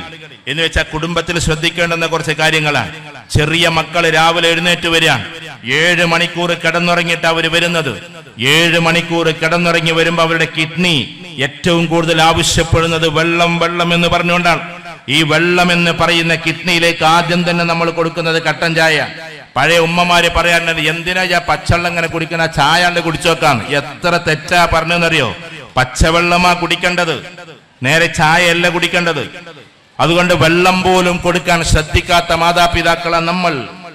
നമ്മുടെ കൊച്ചുകുട്ടികളുടെ കിഡ്നി നഷ്ടപ്പെട്ടുകൊണ്ടിരിക്കുകയാണ്. കാരണം എന്തെന്ന് ചോദിച്ചാൽ ഈ കുട്ടികൾ മിക്കവാറും ഇന്നത്തെ കാലഘട്ടത്തിൽ എ സിയിലായിരിക്കും കിടന്നുറങ്ങുന്നത്. എ സിയിൽ കിടന്നുറങ്ങുമ്പോൾ ബാഷ്പീകരണം കുറച്ചും കൂടി കൂടുതലാണ്. അപ്പൊ എ സിയിൽ കിടന്നുറങ്ങിയിട്ട് തന്റെ കിഡ്നി ഇങ്ങനെ വല്ലാണ്ട് വെള്ളത്തിന് വേണ്ടി ദാഹിക്കുമ്പോ കുട്ടികൾക്കതറിയില്ല. കുട്ടികൾക്ക് രാവിലെ വെള്ളം കുടിക്കാൻ അറിഞ്ഞുകൂടെ. ഇരിക്കുന്ന എല്ലാവരും രാവിലെ ആദ്യം കുടിക്കേണ്ടത് വെള്ളമാണ്. കാരണം ശരീരം ആവശ്യപ്പെടുന്നത് വെള്ളമാണ്. ആ വെള്ളം പോലും കുട്ടികൾക്ക് കൊടുക്കാൻ പറ്റാത്ത അവസ്ഥയിലാണ് നമ്മൾ ഓരോ മാതാപിതാക്കളും ഉള്ളത്. ഇത്രത്തോളം അശ്രദ്ധമായി ജീവിക്കുന്നവരാണ് നമ്മൾ. അവിടെ ഞാൻ നിങ്ങളെ ഉപദേശിക്കുകയാണ് അല്ലെങ്കിൽ വഴക്ക് പറയുകയാണ് എന്ന് തോന്നരുത്. നമ്മുടെ മക്കൾക്ക് കെടുതികൾ വരാതിരിക്കാൻ ഇതൊക്കെ ചെയ്തിട്ടും ചിലപ്പോൾ വിധിവൈപരീത്യം കൊണ്ട് അള്ളാഹുവിന്റെ തക്ദീർ ഉണ്ടെങ്കിൽ ചിലപ്പോൾ അസുഖങ്ങൾ വരാം. അതിനെ തടഞ്ഞു നിർത്താൻ നമുക്ക് കഴിയില്ല. പക്ഷെ വിധികൾ 2 എണ്ണമാണ്. വിധികൾ എവിടെയും നമ്മൾ ചർച്ച ചെയ്യാറില്ല. പക്ഷെ ചർച്ച ചെയ്യാതെ ഇനി നിവൃത്തിയുമില്ല. വിധി 2 എണ്ണമാണ്. ചില കുട്ടികൾക്ക് തോന്നാറുണ്ട്, വിധി എന്ന് പറഞ്ഞിട്ട് പടച്ചോനെല്ലാം വിധിച്ചിട്ടുണ്ടെങ്കിൽ പിന്നെ ഞങ്ങൾ എന്താ ഇത് ചെയ്യുന്നത് എന്ന് ക്യാമ്പസിലെ കുട്ടികൾ ചോദിക്കാറുണ്ട്. ഒരുപാട് ക്യാമ്പസിലെ കുട്ടികളുടെ ചോദ്യം അതാണ്. എന്ന് വെച്ചാൽ പടച്ചോനൊക്കെ മുൻകൂട്ടി തീരുമാനിച്ചിട്ടുണ്ടെങ്കിൽ പിന്നെ ഞങ്ങൾ എന്തിനപ്പതൊക്കെ ചെയ്യുന്നത് എന്ന് ചോദിക്കുന്ന കുട്ടികളുടെ എണ്ണം പെരുകി വരികയാണ്. അവരോട് കൂടിയുള്ള മറുപടിയാണ് വിധി 2 എണ്ണമാണ്. ഒന്ന് ഇന്തിഖാബ് അല്ലെങ്കിൽ ഇഖ്തിയാർ, നമ്മൾ തെരഞ്ഞെടുക്കപ്പെടുന്ന വിധി. മറ്റൊന്ന് മജ്ബൂർ അഥവാ നിർബന്ധമായി നമ്മളിലേക്ക് വരുന്ന വിധി. ഇപ്പതാ ഇവിടെ ഈ ഷാദി മഹൽ, ഷാദി എന്ന് പറഞ്ഞാൽ വിവാഹം എന്നാണ് അർത്ഥം. ഷാദി മഹൽ എന്ന് പറഞ്ഞാൽ വിവാഹത്തിന്റെ മണ്ഡലം എന്നാണ് അതിന്റെ അർത്ഥം. ഷാദി മഹലിൽ നമ്മൾ കയറുമ്പോ ഈ ഷാദി മഹൽ എന്ന് പറയുന്ന ഇതിന്റെ മുകളിലേക്ക് കയറിയിട്ട് താഴോട്ട് ചാടിയിട്ട് ഇത് പടച്ചോന്റെ വിധിയാണ് എന്ന് പറഞ്ഞാൽ അത് അള്ളാഹു സ്വീകരിക്കില്ല. കാരണം അത് സൂയിസൈഡാണ്, അത് ആത്മഹത്യയാണ്. ആ ആത്മഹത്യക്ക് അള്ളാഹുവിന്റെ അടുത്ത് കുറ്റമുണ്ട്, ആ ആത്മഹത്യക്ക് അള്ളാഹുവിന്റെ അടുത്ത് ശിക്ഷയുമുണ്ട്. അതുകൊണ്ട് ഇതിന്റെ മുകളിൽ കയറിയിട്ട് താഴോട്ട് ചാടാൻ പടച്ചോൻ നമ്മളോട് പറഞ്ഞിട്ടില്ല. ആ വിധി നമ്മളായിട്ട് തെരഞ്ഞെടുത്ത വിധിയാണ്.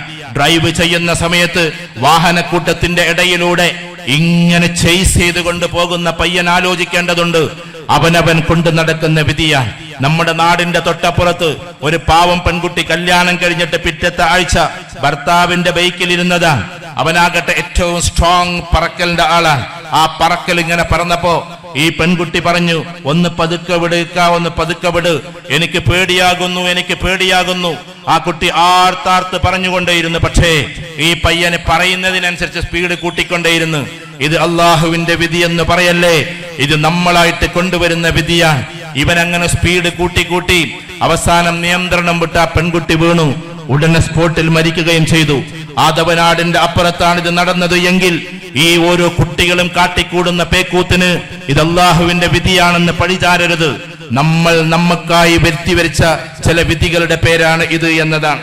അതുകൊണ്ട് ഞാൻ ഇത് പറയാനുള്ള കാരണം, നമ്മുടെ കുട്ടികൾക്ക് എന്തെങ്കിലും കിഡ്നി രോഗം വന്നിട്ട് എന്താ ഇതിന്റെ കാരണമെന്ന് ചോദിക്കുമ്പോ ആ ചോദിക്കുന്ന സമയത്ത് നമ്മൾ ഇത്തരത്തിലുള്ള കെടുതികൾ ചെയ്തത് കൊണ്ടാണ്. കുട്ടിക്കൊരു ചെറിയ പനി വരുമ്പോഴേക്ക് ഡോക്ടറെ കാണിക്കാതെ നേരെ പാരസിറ്റാമോളും ഇഫീമോളും ഫെബ്രക്സ്പ്ലക്സും ആക്ടിഫുഡും ഒക്കെ അടിച്ചുവിട്ട് അതിന്റെ കെടുതികൾ എന്തൊക്കെയാണെന്ന് തിരിച്ചറിയാതെ എവിടുന്നൊക്കെയോ മരുന്നും വാങ്ങിയിട്ട് 500 mg ഈ കുട്ടിക്ക് ആകെ ചിലപ്പോ ആകെ 200 mg 250 mg പാടുള്ളൂ ആയിരിക്കും അവന്റെ കിഡ്നിക്ക്. 500 mg മരുന്നെടുത്തിട്ട് 2-3 തവണ ഉമ്മാക്ക് സ്വയം ഇഷ്ടപ്രകാരം കൊടുത്തു കഴിഞ്ഞാൽ അത് കിഡ്നിക്ക് ബാധിക്കുന്നു എന്നതാണ്. അത് ദൈവത്തിന്റെ അള്ളാഹുവിന്റെ വിധി എന്ന് പറയല്ലേ, നിങ്ങളായിട്ടുണ്ടാക്കിയ വിധിയാണ്. അതുകൊണ്ടാണ് ഞാൻ പറയുന്നത്, നമ്മൾ ഓരോ സമയത്തും നമ്മുടെ കുട്ടികളെ വളരെ ശാന്തമായി വളർത്തുകയും നല്ല ശക്തമായി പുലർത്തുകയും അവർക്ക് വേണ്ടുന്ന കാര്യങ്ങൾ ചെയ്തു കൊടുത്ത് വളർത്തുകയും ചെയ്യുക എന്നതാണ്. ഒന്നാമത്തെ കാര്യം നമ്മുടെ ലക്ഷ്യം അതാണ്. കാരണം നമുക്ക് 4 ബിൽഡിംഗ് ഉണ്ട് എന്നതല്ല കാര്യം. നമുക്ക് മക്കളുണ്ടെങ്കിൽ ആ മക്കളാണ് എല്ലാ ബിൽഡിങ്ങിനേക്കാളും വലിയ സമ്പത്ത്. നമുക്ക് 40 ഏക്കർ പറമ്പുണ്ട് എന്നതല്ല നമ്മുടെ സമ്പത്ത്, നമ്മുടെ ഓരോ മക്കളുമാണ് നമ്മുടെ സമ്പത്ത്. അതുകൊണ്ട് നമ്മുടെ മക്കളെ നിതാന്തമായി വളർത്തിക്കൊണ്ടുവരിക. ലുക്ക് ആഫ്റ്ററിങ് എന്നാണ് സത്യത്തിൽ ഇംഗ്ലീഷിൽ പരിപാലനത്തിന് പറയുക. ലുക്ക് ആഫ്റ്റർ എന്ന് പറഞ്ഞിട്ടുണ്ടെങ്കിൽ എല്ലാ കാര്യവും നോക്കി നോക്കി പരിപാലിച്ചു കൊണ്ടുവരുന്നതിനെയാണ് ലുക്ക് ആഫ്റ്റർ എന്ന് പറയുന്നത്. പരിപാലനം എന്ന് പറഞ്ഞല്ലതാണ്, പരിപാലനം എന്ന് പറഞ്ഞല്ലതാണ്. അപ്പൊ കുട്ടികളുടെ ഏതൊക്കെ കാര്യങ്ങൾ നമ്മൾ പരിപാലിക്കണം, ഏതൊക്കെ കാര്യങ്ങൾ പരിപാലിക്കണം? ആ കുട്ടിയുടെ ആദ്യം നമ്മൾ ചെയ്തു കൊടുക്കേണ്ടത് അവന്റെ സ്പിരിച്വൽ ഗ്രോത്ത് ആണ്. ഇത് മാതാപിതാക്കളാ പഠിപ്പിക്കേണ്ടത്. ഉസ്താദുമാർ 1 മണിക്കൂർ മാത്രമാണ് മദ്രസയിലുള്ളത്. ആ 1 മണിക്കൂർ തന്നെ കുട്ടി എത്തുന്നത് ചിലപ്പോ ആ അരമണിക്കൂറും കഴിഞ്ഞിട്ടായിരിക്കും. അങ്ങോട്ട് പോണ കുട്ടിയാണ് പിന്നെ അരമണിക്കൂർ കൊണ്ട് ഇങ്ങോട്ട് തന്നെ വരുന്നത്. ഉസ്താദുമാർ ഈ ചെറിയ സമയം കൊണ്ട് എന്താ പഠിപ്പിച്ചു കൊടുക്കുക? അപ്പൊ ഇതിന്റെ ഉത്തരവാദിത്തം നമുക്കാണ്, പ്രത്യേകിച്ച് മാതാപിതാക്കൾക്കാണ്. നമ്മുടെ കുട്ടികൾക്ക് മതപരമായ മൂല്യം കൊടുക്കുക എന്നത്, എല്ലാ മനുഷ്യരെയും സ്നേഹിക്കാനുള്ള മൂല്യം. നമ്മളെ കുട്ടികൾ ഒരു പക്ഷേ അപ്പുറത്തുള്ള ശിവേട്ടനെ ശിവ എന്ന് വിളിക്കുന്നുണ്ടാകും, അപ്പുറത്തുള്ള വിജയേട്ടനെ വിജയ എന്ന് വിളിക്കുന്നുണ്ടാകും.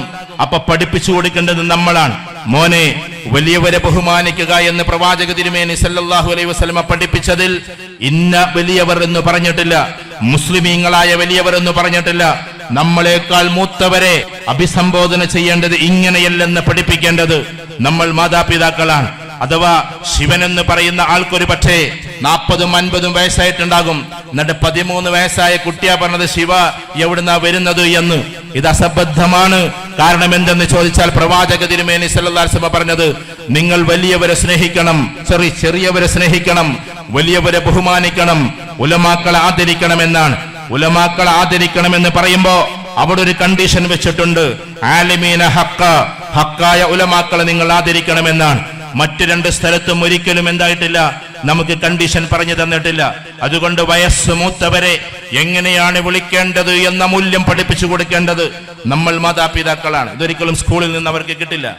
സ്കൂളിലെ കെമിസ്ട്രിയിൽ ഒരു നിശ്ചിത മാസ് ഇന്ധനം വായുവിൽ കത്തുന്നതിന്റെ ഫലമായി എന്താണ് സംഭവിക്കുന്നത് എന്നാണ് പഠിപ്പിക്കുന്നത്. മാത്തമാറ്റിക്സിൽ ടാനും കോസും തീറ്റയും മെട്രിക്കുലേഷനുമാണ് പഠിപ്പിക്കുന്നത്. അല്ലെങ്കിൽ LCM, ലസാഗ്, ഉസാഗ, അതാണ് നമ്മൾ പണ്ട് പറയാം, അതാണ് ഇവർ പറയുന്ന LCM, ഇതാണ് പഠിപ്പിക്കുന്നത്. ഇനി ഇംഗ്ലീഷിലേക്ക് പോയാൽ പോലും എന്താ പഠിപ്പിക്കുക? കുറെ ഫിക്ഷൻസാ പഠിപ്പിക്കുന്നത്, പിന്നെ കുറെ ഗ്രാമറുമാണ് പഠിപ്പിക്കുന്നത്.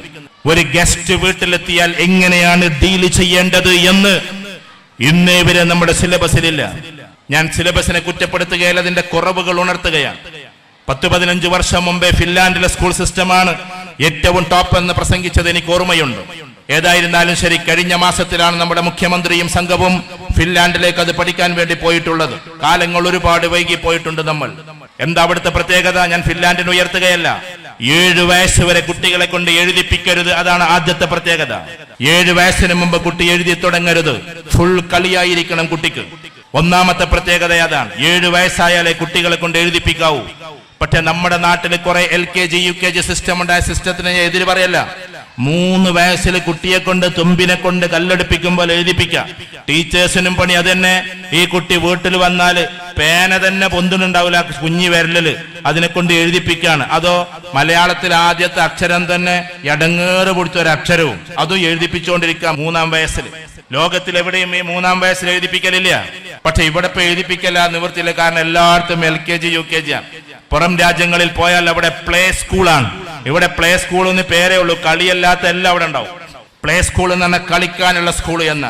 അതുകൊണ്ട് നമ്മുടെ കുട്ടികളെ ഏറ്റവും മനോഹരമായി കളിപ്പിക്കണം. ഇതാ അവിടെ ചെറുപ്പക്കാരായ ആൾക്കാരിരിക്കണം. ഇപ്പൊ ഫുട്ബോളിന്റെ കാലം കൂടിയാണ്.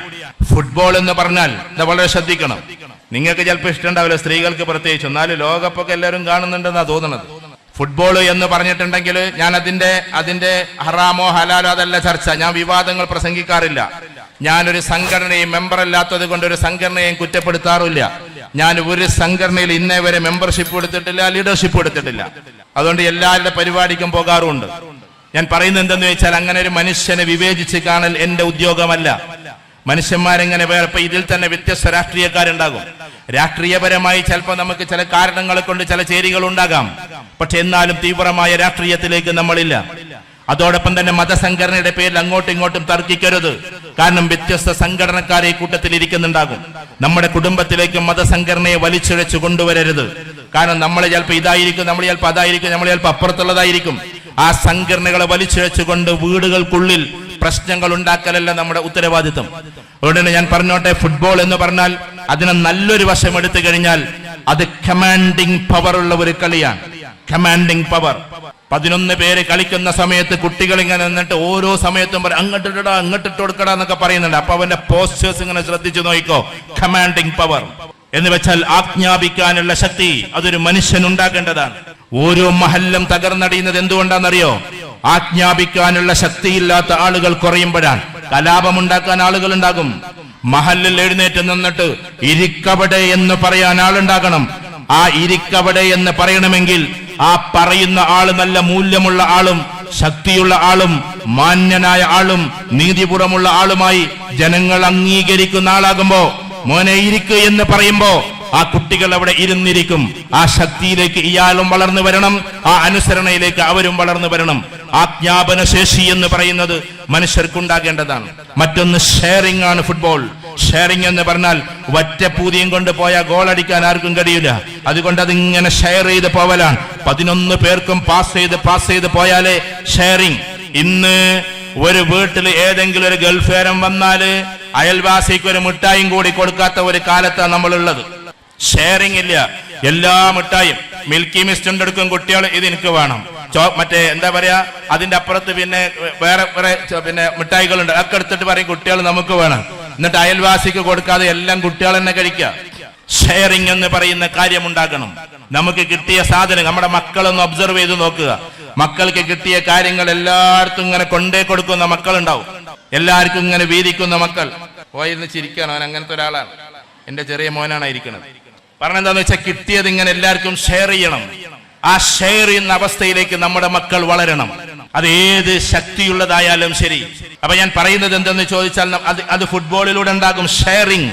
പിന്നെ ഒന്ന് ക്വിക്ക് ആക്ഷൻ, പെട്ടെന്ന് ആക്ഷൻ വേണം, ആലോചിക്കാനൊന്നും നേരം ഉണ്ടാവില്ല. പിന്നെ ഒന്ന് ക്വിക്ക് ഡിസിഷൻ, വളരെ പെട്ടെന്ന് തീരുമാനം എടുക്കണം. ആർക്ക് അട്ടുകൊടുക്കേണ്ടത് പെട്ടെന്ന് തീരുമാനമെടുത്ത് പോകേണ്ടുന്ന കളിയുടെ പേരാണ് ഫുട്ബോൾ. മറ്റൊന്ന് ചെലവ് ചുരുങ്ങിയ കളിയുടെ പേരാണ് ഫുട്ബോൾ. ഒരു പന്തുണ്ടെങ്കിൽ ഏത് കടപ്പുറത്തും കളിക്കാം. ക്രിക്കറ്റിന് കുറെ ചെലവാണ്, ഹോക്കിക്ക് കുറെ ചെലവാണ്, ഷട്ടിൽ ബാറ്റിന് പോലും കുറെ ചെലവാണ്. പക്ഷെ ഒരു ചെലവില്ലാതെ ഇനി കടലാസ് പന്തുണ്ടെങ്കിലും തട്ടിക്കളിക്കാവുന്ന ഒരു കളിയും കൂടിയാണ്. അതുകൊണ്ട് ഇത്ര ജനകീയമായ സാധനം. പക്ഷെ കുട്ടികളോട് ഒറ്റക്കാര്യം പറയാണ്, നമ്മൾ അതിൽ നിന്ന് പഠിക്കേണ്ടുന്ന പാഠം എന്താണ്? അതിൽ നിന്ന് പഠിക്കേണ്ടുന്ന പാഠമുണ്ട്. സ്കൂളിൽ നിന്ന് പുറത്താക്കപ്പെട്ട് 7ാം ക്ലാസ്സിലോ 6ാം ക്ലാസ്സിലോ പഠിക്കുമ്പോ പുറത്താക്കിയ ടീച്ചറുടെ നേരെ കസാല കൊണ്ട് അഥവാ ചെയർ കൊണ്ട് ഇങ്ങനെ കൈകൊണ്ട് ഓങ്ങിയിട്ടുള്ള ഒരു കുട്ടിയുണ്ട്. ആ കുട്ടി പിന്നെ അധിക സങ്കടത്തോടു കൂടി ജീവിക്കുകയും അവസാനം പഠിക്കാത്തവനെന്ന പേര് കിട്ടി ഒരു പഠിപ്പുമില്ലാതെ വളർന്നു വരികയും പിന്നീട് അവസാനം തന്റെ കൂട്ടത്തിലെപ്പെട്ട തന്റെ സഹോദരനെയൊക്കെ നോക്കാൻ പാടുപെടുന്ന ഒരു മോനുണ്ട്. അവസാനം തന്റെ അച്ഛനും അമ്മക്കും എന്തെങ്കിലും ഒന്ന് വാങ്ങിച്ചു കൊടുക്കാൻ കഴിയാതെ ഫുട്ബോൾ മാത്രം സ്വപ്നം കണ്ടുകൊണ്ട് നടക്കുകയും ഇന്ന് ലോകത്തിലെ ഏറ്റവും വലിയ ഇതിഹാസ താരമായി റൊണാൾഡോ എന്ന പേരിൽ അദ്ദേഹം അറിയപ്പെടുകയും ചെയ്യുമ്പോ തന്റെ പിതാവ് വിളിക്കുമ്പോ അങ്ങോട്ട് ഓടിയെത്താൻ ആയിരക്കണക്കിന് കോടികളെ കൊണ്ട് കാൽപന്താടുന്ന ഈ മനുഷ്യന് ഒരു മടിയും ഉണ്ടാകാറില്ല. ഇന്ന് പന്ത് കളിയുടെ പേരിൽ വാപ്പമാർ വിളിക്കുമ്പോൾ ചെല്ലാത്ത കുട്ടികൾക്ക് റൊണാൾഡോ ഒരു മറുപടിയാണ്. കാരണം അദ്ദേഹം കളിക്കുന്നത് ലോകകപ്പിലാണ്. ആയിരക്കണക്കിന് കോടി ഡോളറുകൾക്ക് വേണ്ടിയിട്ട് പന്താടുന്ന സമയത്ത് തന്റെ പിതാവ് വിളിക്കുമ്പോഴേക്ക് ഓടിയെത്തുന്ന റൊണാൾഡോയെ നമ്മൾ മനസ്സിലാക്കേണ്ടതുണ്ട്. നമ്മളിത് നമ്മുടെ നാട്ടിലെ പാടത്ത് കളിക്കുമ്പോൾ വരെ വിളിക്കുന്ന ഉപ്പന്റെ വിളിക്ക് ഉത്തരം കേൾക്കാത്ത ആളുകളാണ് സത്യത്തിൽ നമ്മളെങ്കിൽ ലോകത്തിലെ ഏറ്റവും കൂടുതൽ ഇൻസ്റ്റഗ്രാമിലും ഫേസ്ബുക്കിലും ഫോളോവേഴ്സ് ഉള്ള കളിക്കാരനാണ് അദ്ദേഹം എന്ന് നമുക്കറിയാം. അത്രയും കോടികളുടെ ഫാനായി നടക്കുന്ന ഒരു മനുഷ്യനാണ്. തന്റെ ആരെങ്കിലും വീട്ടിൽ നിന്ന് വിളിച്ചാൽ അത്രമാത്രം കമ്മിറ്റ്മെന്റ് ആണ്. ഇല്ലായ്മയിൽ നിന്ന് വളർന്നു വന്നിട്ട് എല്ലാം ഉണ്ടാകുന്ന സമയത്ത് അവരെ മറക്കരുതേ എന്ന മെസ്സേജാണ് റൊണാൾഡോ നമുക്ക് തരുന്നത്. അല്ലാതെ ആഞ്ഞു വീശുന്ന ഗോളുകൾ മാത്രമല്ല അദ്ദേഹം നമുക്ക് മനസ്സിലാക്കി തരുന്നത്. ആരെങ്കിലും ഇവിടെ പഠിക്കാൻ താല്പര്യമില്ലാതെ, ആരെങ്കിലും സ്കൂളിലേക്ക് പോകാൻ താല്പര്യമില്ലാത്ത കുട്ടികൾ കേൾക്കേണ്ടുന്ന കഥയാണ് കൂടിയാണ് ഇത്.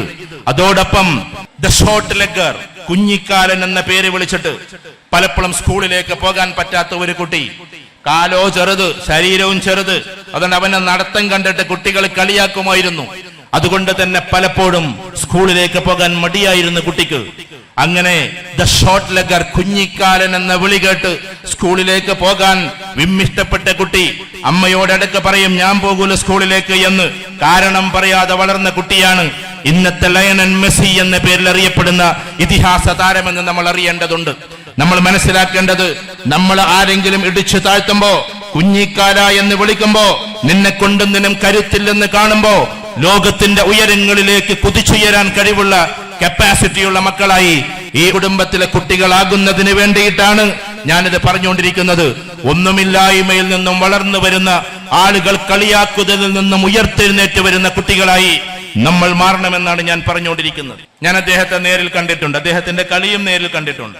ഞാൻ പറഞ്ഞു വരുന്നത് എന്തെന്ന് ചോദിച്ചാൽ, ആ കുഞ്ഞിക്കാലന്റെ ഇന്നത്തെയും പോക്ക് അങ്ങനെ തന്നെയാണ്. ഇന്നലെ രാത്രിയിലും ആ കുഞ്ഞിക്കാല് കൊണ്ട് തന്നെയാണ് അദ്ദേഹം ആദ്യത്തെ ഗോളും തൊടുത്തുവിട്ടത്. അതുകൊണ്ട് ഞാൻ പറഞ്ഞു വരുന്നത് എന്തെന്ന് ചോദിച്ചാൽ, അതിമനോഹരമായി നമുക്ക് ഇത്തരത്തിൽ ഉയർന്നു വരാനുള്ള കപ്പാസിറ്റി അതും ഫുട്ബോളിലൂടെ നമ്മൾ പഠിക്കണം. ഇന്ന് നമ്മുടെ നാട്ടില് ഫുട്ബോളിന് പോണ കുട്ടികൾ പഠിത്തത്തിൽ കുറച്ച് വീക്കാണ്, എന്നാലോ ഇതുപോലെയുള്ള ആ ഉയരത്തിലേക്ക് എത്തുകയില്ല. അതാണ് പ്രശ്നം. അപ്പൊ ഇതിൽ നിന്നെല്ലാം പാഠങ്ങൾ നമ്മൾ ഉൾക്കൊള്ളേണ്ടതുണ്ട്. ഉയർന്നു പോകാനുള്ള തൃഷ്ണ നമ്മുടെ മക്കൾക്കുണ്ടാകേണ്ടതുണ്ട്. ആ ഉയർച്ചയായിരിക്കണം നമ്മുടെ സാന്നിധ്യം, അതായിരിക്കണം നമ്മുടെ ഉയർച്ച, ഉന്നതി അതായിരിക്കണം. എന്റെ പ്രിയപ്പെട്ട ഉമ്മമാരോട്, പ്രിയപ്പെട്ട സഹോദരിമാരോട് ഞാൻ പറഞ്ഞു വരുന്നത്, നമ്മുടെ കുട്ടികളുടെ കപ്പാസിറ്റിക്ക് അനുസരിച്ച് നമ്മൾ വളർത്താവൂ. നമ്മുടെ കുട്ടികളുടെ കപ്പാസിറ്റി ഏതാണെന്ന് തിരിച്ചറിയാനുള്ള കഴിവ് നമുക്കുണ്ടാകണം. ആ കഴിവ് ഏത് കുട്ടി ഏത് കോലത്തിലാണ്, ഏത് കുട്ടി ഏത് ഭാവത്തിലാണ്, ഏത് കുട്ടി ഏതിനൊക്കെ ഇഷ്ടപ്പെടുന്നു, അതിനനുസരിച്ച് മൂല്യം ചോരാതെ അവനെ നിങ്ങൾ ഡോക്ടറാക്കുകയാണെങ്കിൽ അങ്ങനെ, എഞ്ചിനീയർ ആക്കുകയാണെങ്കിൽ അങ്ങനെ, ഏത് മേഖലയിലേക്ക് പോയാലും ഉടനെ തന്നെ അവന് വാല്യൂസ് കൊടുക്കുന്ന രക്ഷിതാക്കളെ, വാല്യൂസ് എന്ന് പറഞ്ഞാല് നല്ല മൂല്യം കൊടുക്കലാണ്, അള്ളാഹുവെ കുറിച്ചുള്ള ഭയം കൊടുക്കലാണ്, സ്നേഹം കൊടുക്കലാണ്. അള്ളാഹിനെ സ്നേഹിക്കാൻ നമുക്ക് അറിഞ്ഞുകൂടാ, അള്ളാഹിനെ പേടിക്കാനേ നമുക്കറിയൂ. ഖുർആനിൽ രണ്ടും പറഞ്ഞിട്ടുണ്ട്. ഖുർആനിൽ അള്ളാഹുവിനെ ഭയപ്പെടാൻ മാത്രമല്ല പറഞ്ഞിട്ടുള്ളത്, അതിനേക്കാൾ കൂടുതൽ അള്ളാഹിനെ സ്നേഹിക്കാനാ പറഞ്ഞിട്ടുള്ളത്. നമുക്കൊന്ന് ഹുബ്ബുർ റസൂൽ സല്ലല്ലാഹു അലൈഹി വസല്ലം നമ്മൾ ഇഷ്ടം പോലെ നടത്താറുണ്ട്. റസൂൽ സല്ലല്ലാഹു അലൈഹി വസല്ലമയുടെ ഹുബ്ബ് നമ്മൾ ഇഷ്ടം പോലെ, മദ്ഹുർ റസൂൽ ഇഷ്ടം പോലെ നടത്താറുണ്ട്. അത് നടത്തണം.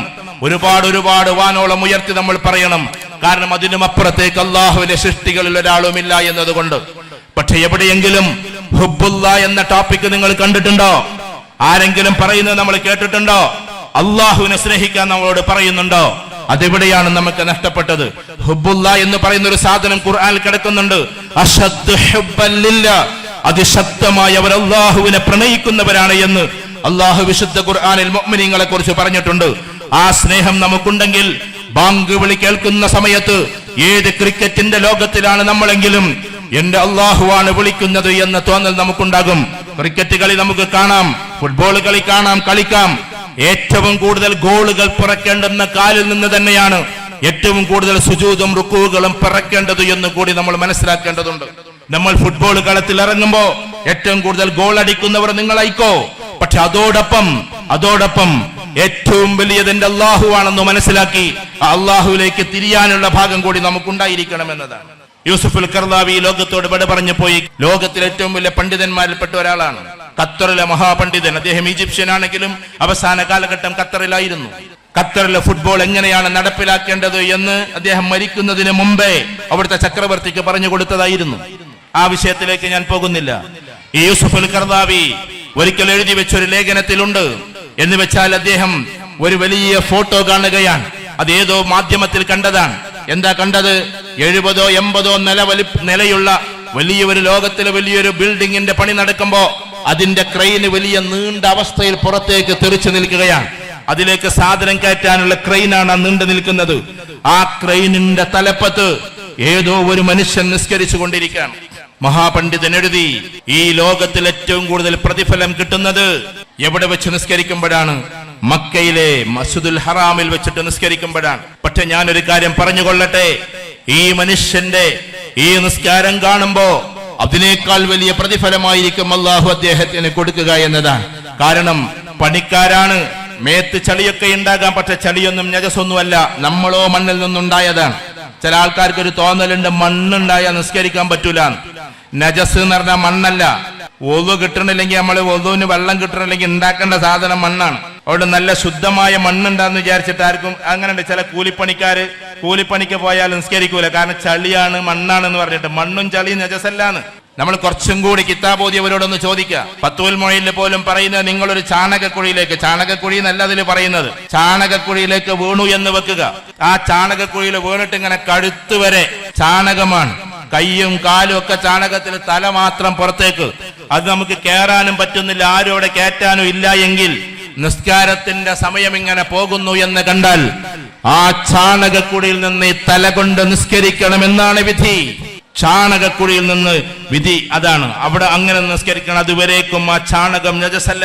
ഒരാൾ ആശുപത്രിയിൽ അഡ്മിറ്റായി, അത്രയും വലിയ കാര്യമാണ് നിസ്കാരം എന്നാണ് ഞാൻ പറഞ്ഞുകൊണ്ടിരിക്കുന്നത്. ഒരാൾ ആശുപത്രിയിൽ അഡ്മിറ്റായി, അയാൾക്ക് ഇങ്ങനെ മൂത്രവാർച്ചക്കാരെ പോലെ മൂത്രം പോയിക്കൊണ്ടിരിക്കുകയാണ്, അതിനുവേണ്ടി പൈപ്പ് ഇട്ടിട്ടുണ്ട്. പക്ഷെ നിസ്കാരത്തിന്റെ നേരമായാൽ ആ മനുഷ്യൻ അവിടെ കിടന്ന് നിസ്കരിക്കണം. ആ സമയത്ത് മൂത്രം പോയാൽ പോലും നിസ്കാരം ഒഴിവാവുകയില്ല എന്നാണ് ഫിഖ്ഹിന്റെ വിധി.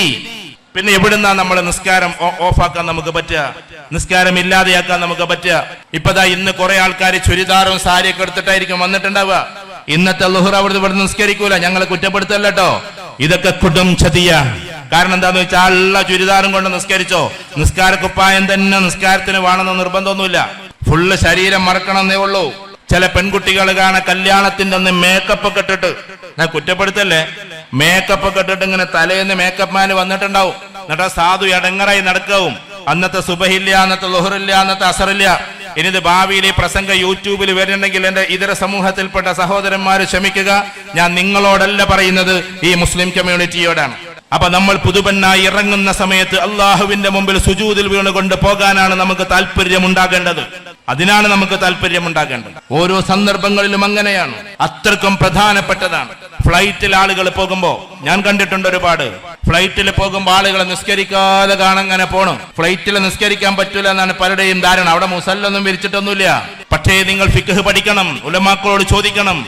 വെള്ളം അവിടെ ഉപയോഗിക്കാൻ പറ്റൂല, കാരണം ആ ചെറിയ ടോയ്ലറ്റിൽ ഉള്ളിൽ കയറിയിട്ട് 300 ആൾക്കാരും കൂടി ഒതുക്കാൻ പാടില്ല. പറ്റുമെന്ന് പറഞ്ഞാൽ പോലും പാടില്ല, കാരണം അത് ശരിയല്ല. കാരണം അവിടെ വെള്ളം അത്രേ ഉള്ളൂ. വെള്ളം പറ്റ കുറവായത് കൊണ്ടാണ് ആ ഫ്ലഷ് ചെയ്യുന്നത് പോലും വെള്ളമല്ലാതെ കുറെ കാറ്റായി എയറായി പോയിക്കൊണ്ടിരിക്കുന്നത്. അതുകൊണ്ട് അവിടുന്ന് ഒതുക്കാൻ പാടേയില്ല, അത് തെറ്റാണ്. നിങ്ങൾ എത്ര വലിയ മുത്തക്കയാണെങ്കിൽ അതിൻ്റെ ഉള്ളിൽ നിന്ന് പോയിട്ട് ഒതുക്കരുത്. കാരണം അത് ആ ഫ്ലൈറ്റിലെ 100-400 ആൾക്കാർക്കുള്ള വെള്ളമാണത്. അത് വഴിക്ക് വെച്ചിട്ട് ഇങ്ങനെ, ഞാൻ ഇന്നാൾ ഇപ്പൊ ആഫ്രിക്കയിൽ പോയപ്പോൾ 9 മണിക്കൂർ നമ്മൾ ഫ്ലൈറ്റിൽ പോയത്. ഈ 9 മണിക്കൂറിന്റെ ഉള്ളിൽ വെള്ളം തീർന്നു കഴിഞ്ഞാൽ 4 ആൾ ഒതുർത്താൽ വെള്ളം തീരൂലേ? അതുകൊണ്ട് ആ ഒതുവിനെ നമ്മൾ പോവരുത്. അപ്പൊ നമ്മൾ എന്താ ചെയ്യേണ്ടത്? അവിടെ തയമം ചെയ്യാനാണെങ്കിൽ നമുക്ക് മണ്ണുണ്ടാവില്ല. അപ്പൊ ചെയ്യേണ്ട പണി എന്താ? നമ്മുടെ മുമ്പിലുള്ള സീറ്റിൽ ഉറക്കടിക്കൊന്നും വേണ്ട, ആ മനുഷ്യൻ അറിയും കൂടി വേണ്ട, മെല്ലെ ഒരു അടിയടിക്കുക, എന്നിട്ട് മുഖം തടവുക, എന്നിട്ട് നിയ്യത്ത് വെക്കേണ്ടത് എന്താ? തയമത്തിന്റെ നിയ്യത്താൻ. ഒരടിയും കൂടി അടിക്കുക, വലത്തെ കൈയും ഇടത്തെ കൈയും ഇതേപോലെ തടവുക. എന്നിട്ട് കാലൊന്നും തടവാൻ പോട്ടെ, ചില ആളുകൾ കാണാൻ ഇങ്ങനെ പിടിച്ചിട്ട് കാലൊക്കെ തടവണം. തയമത്തിൽ കാല് തടവലില്ല, ഈ 2 അവയവം മാത്രം, മുഖവും മുങ്കയും മാത്രം. എന്നിട്ട് അവിടെ ഇരുന്നോണ്ട്, ഈ ആൾക്ക് ശല്യമൊന്നും വരാതെ ഇരുന്നോണ്ട്, ഉറക്ക ഫാത്തിയോദണ്ട, ഉറക്കതാക്കണ്ട, മെല്ലെ ചൊല്ലിക്കൊണ്ട് നിങ്ങൾ നിസ്കരിച്ചോ. എന്തൊരു രസമുണ്ടാവുന്ന ഒരു ആകാശത്തിലൂടെ സഞ്ചരിക്കുന്ന ഫ്ലൈറ്റിൽ ഇരുന്നിട്ട് 100-400 ആളുകൾ സഞ്ചരിക്കുമ്പോ നിങ്ങളിരുന്ന് നിസ്കരിക്കുകയാണ്. അള്ളാഹ്ക്ക് എത്രമാത്രം ഇഷ്ടമായിരിക്കും അത്. വായുലോകത്തിലൂടെ പോകുന്ന ഫ്ലൈറ്റിൽ ഇരുന്നിട്ട് പ്രാർത്ഥിക്കുന്ന നിങ്ങളെ ജഗനിയന്താവായ തമ്പുരാൻ എത്രമാത്രം സന്തോഷത്തോടെ ആയിരിക്കും നോക്കുക. ഞാനിപ്പോ ഇന്നാള് ഞാനും എന്റെ 2 മക്കളും കൂടി ഇങ്ങനെ യാത്ര ചെയ്യുന്ന സമയത്ത് അങ്ങനെ ഞങ്ങൾ നിസ്കരിക്കുന്നുണ്ട്. അപ്പൊ കുറെ ആൾക്കാർ വന്നു, ഇങ്ങനെ നിസ്കരിക്കാൻ പറ്റും? എന്നിട്ട് ഓലും പിന്നെ തുടങ്ങിയ നിസ്കാരം ഇങ്ങനെ പോവാണ്. എന്നിട്ട് അവിടെ പോയിട്ട് ദുബായിൽ പോയിട്ട് ളുഹുറും അസറും കൂടി കളാക്കുക. ചില സുബഹി നിസ്കാരം പോലും ഇങ്ങനെ വരാറുണ്ട്. കാരണം 4 മണിക്ക് എടുക്കുന്ന ഫ്ലൈറ്റ് ആയിരിക്കും. ഫ്ലൈറ്റ് ആണ്ട് പൊങ്ങി 1 മണിക്കൂർ കൊണ്ട് നമ്മൾ സുബഹി നിസ്കരിക്കേണ്ടി വരും. ഇത് പിന്നെ ദുബായി പോയി നിസ്കരിക്കാൻ നിന്ന് അവിടുത്തെ 11 മണിയാവും നമ്മൾ നിസ്കരിക്കാൻ. ആ സുബഹി എവിടെ പോയി? അതുകൊണ്ട് ഓരോ സന്ദർഭത്തിലും ഇതിന് വലിയ രീതിയിലുള്ള ഒരു അനുഭാവം നമ്മൾ കൊടുക്കണം. ഒഴിവാക്കില്ല ഞാൻ എന്നുള്ള തത്വം നമുക്കുണ്ടാകണം. ഏത് ലോകത്തിലൂടെ കടന്നു പോകുമ്പോഴും ഇത് ഞാൻ ഒഴിവാക്കില്ല എന്ന്, എന്റെ തമ്പുരാനെ ഓർക്കുന്നത് ഞാൻ ഒഴിവാക്കില്ല എന്ന് നമുക്ക് ഓരോരുത്തർക്കും ചിന്തയുണ്ടാകണം. ആ ചിന്ത ഏറ്റവും പ്രധാനപ്പെട്ടതാണ്. നമ്മൾ ശ്രദ്ധിക്കാത്ത മറ്റൊരു കാര്യമാണ് സക്കാത്തിന്റെ കാര്യം. സക്കാത്ത് കൊടുക്കാതെ നമ്മൾ കുറെ സദക്ക കൊടുക്കും, സക്കാത്ത് കണക്കൂട്ടി കൊടുക്കൂല. സക്കാത്ത് കൊടുക്കാതെ സദക്ക കൊടുക്കുക എന്ന് പറഞ്ഞാൽ ഉലമാക്കൾ എഴുതി വെച്ചിട്ടുണ്ട്, സുന്നത്ത് നിസ്കരിച്ചിട്ട് ഫർള് നിസ്കരിക്കാത്തവനെ പോലെയാണ്. കുറെ സുന്നത്ത് അങ്ങ് നിസ്കരിക്കേണ്ട. ളുഹറിന് മുമ്പുള്ള സുന്നത്ത്, ശേഷമുള്ള സുന്നത്ത്, 11 സുന്നത്ത്, ളുഹർ നിസ്കാരം മാത്രമല്ല. അതുകൊണ്ട് നിർബന്ധമായ ദാനമാണ് സക്കാത്ത്. അത് കൊടുക്കാതെ നമ്മൾ കുറെ സദക്ക കൊടുത്തിട്ട് കാര്യമില്ല. അതുകൊണ്ട് സക്കാത്ത് കണക്ക് കൂട്ടി കൊടുക്കാൻ നമുക്ക് പറ്റണം. എന്നോട് ഈ അടുത്തിടെ ദുബായില്, അദ്ദേഹം വലിയ ബിസിനസ്സുകാരനാണ്, അറിയപ്പെടുന്ന ബിസിനസ്സുകാരനാണ്. അദ്ദേഹത്തെ കുറിച്ച് പറയാം, അല്ലാഹു ആലം അത്ര സമ്പത്തുണ്ടോ ഇല്ലെന്ന് എനിക്കറിഞ്ഞുകൂടാ. 2000 കോടിയിലേറെ സ്വത്ത് അദ്ദേഹത്തിന് ഉണ്ടാകുമെന്നാണ് സാധാരണ പറയാറ്. അദ്ദേഹം എന്നോട് പറഞ്ഞു, ഞാൻ ഈ സക്കാത്ത് കൊടുക്കാൻ തുടങ്ങിയതിന് ശേഷമാണ് എന്റെ ബിസിനസ്സുകളെല്ലാം വളർച്ചയിൽ നിന്ന് വളർച്ചയിലേക്ക് പോയിക്കൊണ്ടിരുന്നത് എന്നതാണ്. അതുകൊണ്ട് നമ്മെ സംബന്ധിച്ചിടത്തോളം യുഖീമൂന സ്വലാ വയുതൂന സക്കാ, എവിടൊക്കെ നിസ്കാരത്തെ കുറിച്ച് കൂടുതൽ പറഞ്ഞിട്ടുണ്ടോ അവിടെയെല്ലാം സക്കാത്തിനെയും കൂട്ടി പറഞ്ഞിട്ടുണ്ട്. അതുകൊണ്ട് നമ്മളത് കൊടുക്കുക എന്ന നിർബന്ധമാണ്. ഇതാർക്കാ കൊടുക്കേണ്ടത്? നമ്മുടെ കുടുംബത്തിലെ അംഗങ്ങൾക്കാ കൊടുക്കേണ്ടത്. ഫക്കീറുകൾക്കും മിസ്കീനുകൾക്കും കൊടുക്കുമ്പോ നമ്മുടെ കുടുംബക്കാരുണ്ടോ അതിൽ ഉറപ്പായിട്ടുണ്ടാകും. അതുകൊണ്ട് നമ്മൾ വർഷത്തിൽ കണക്ക് കൂട്ടിയത് റമദാനിലോ അല്ലാതെയോ കണക്ക് കൂട്ടിയത് മൊത്തത്തിൽ ശേഖരിച്ച് കുടുംബത്തിനെ ഏൽപ്പിച്ചു കഴിഞ്ഞാൽ ഓരോ വർഷത്തിലും ഓരോ വീട് വെക്കാൻ നമുക്ക് സാധിക്കുമെന്നതാണ്. ഓരോ വർഷത്തിലും ഓരോ വീട് ഓരോ പാവങ്ങൾക്ക് വെച്ചു കൊടുക്കാൻ പറ്റും. ഇത് തമാശയായിട്ട് നിങ്ങൾ കാണണ്ട. നമ്മൾ കൃത്യമായി ഇത് ചെയ്തു തുടങ്ങിക്കോ. അള്ളാഹുവിന്റെ അനുഗ്രഹത്താൽ നമ്മുടെ കുടുംബത്തിൽ നമ്മൾ ഇത് ചെയ്യാറുണ്ട്. ഓരോ വർഷത്തിലെയും സക്കാത്ത് ഈ സമ്പന്നിൽ നിന്ന് പിരിച്ച് കുടുംബത്തിലെ ആളുകൾക്ക് വീട് വെക്കാൻ ഇതിനൊക്കെ നമ്മൾ ഉപയോഗിക്കാറുണ്ട്. സക്കാത്ത് സദക്ക കൊടുക്കുന്നവരും കൊടുത്തോ. ഞാൻ പറയുന്നത് ഇങ്ങനെ കുടുംബത്തിന് സിസ്റ്റമാറ്റിക് ആയിട്ട് കൊണ്ടുപോകാൻ നമുക്ക് പറ്റണം. കുടുംബത്തിൽ നിന്നും സ്നേഹം എന്ന് പറയുന്നത് നിലനിൽക്കണം. സ്നേഹം നിലനിൽക്കുക എന്ന് പറഞ്ഞാൽ അത് ഉള്ളിൽ നിന്നുണ്ടാകുന്ന സ്നേഹമാണ്. ജാടയോട് കൂടിയിട്ടുള്ള സ്നേഹമാകരുത്. ജാടയോട് കൂടിയുള്ള സ്നേഹം നമുക്ക് ആവശ്യമില്ല. അത് ജാടയാണ്. സത്യത്തിൽ നമ്മൾ ഉള്ളിൽ നിന്ന് സ്നേഹിക്കണം. ഈ സദസ്സിലും ഒരു പക്ഷേ അമ്മായിമ്മ ഒരു മൂലക്കലും പോയിരിക്കുന്നുണ്ടാവും, മരുമകളൊരു മൂലക്കലും പോയിരിക്കുന്നുണ്ടാകും. കാരണം അമ്മായിമ്മന്റെ കൂടെ ഇരിക്കാൻ മരുമകൾക്ക് എന്തോ ഒരു മടി, മരുമകളുടെ കൂടെ ഇരിക്കാൻ അമ്മായിമ്മക്ക് എന്തോ മടി. ഇവിടെ ഇരുന്നില്ലാച്ചിട്ട് കുഴപ്പമൊന്നുമില്ല, അവിടെ വേറുള്ളവരടുത്ത് പോയിരിക്കന്നെ നല്ലത്. കാരണം എന്താ, അവരെങ്കിലും പരിചയപ്പെടാലോ.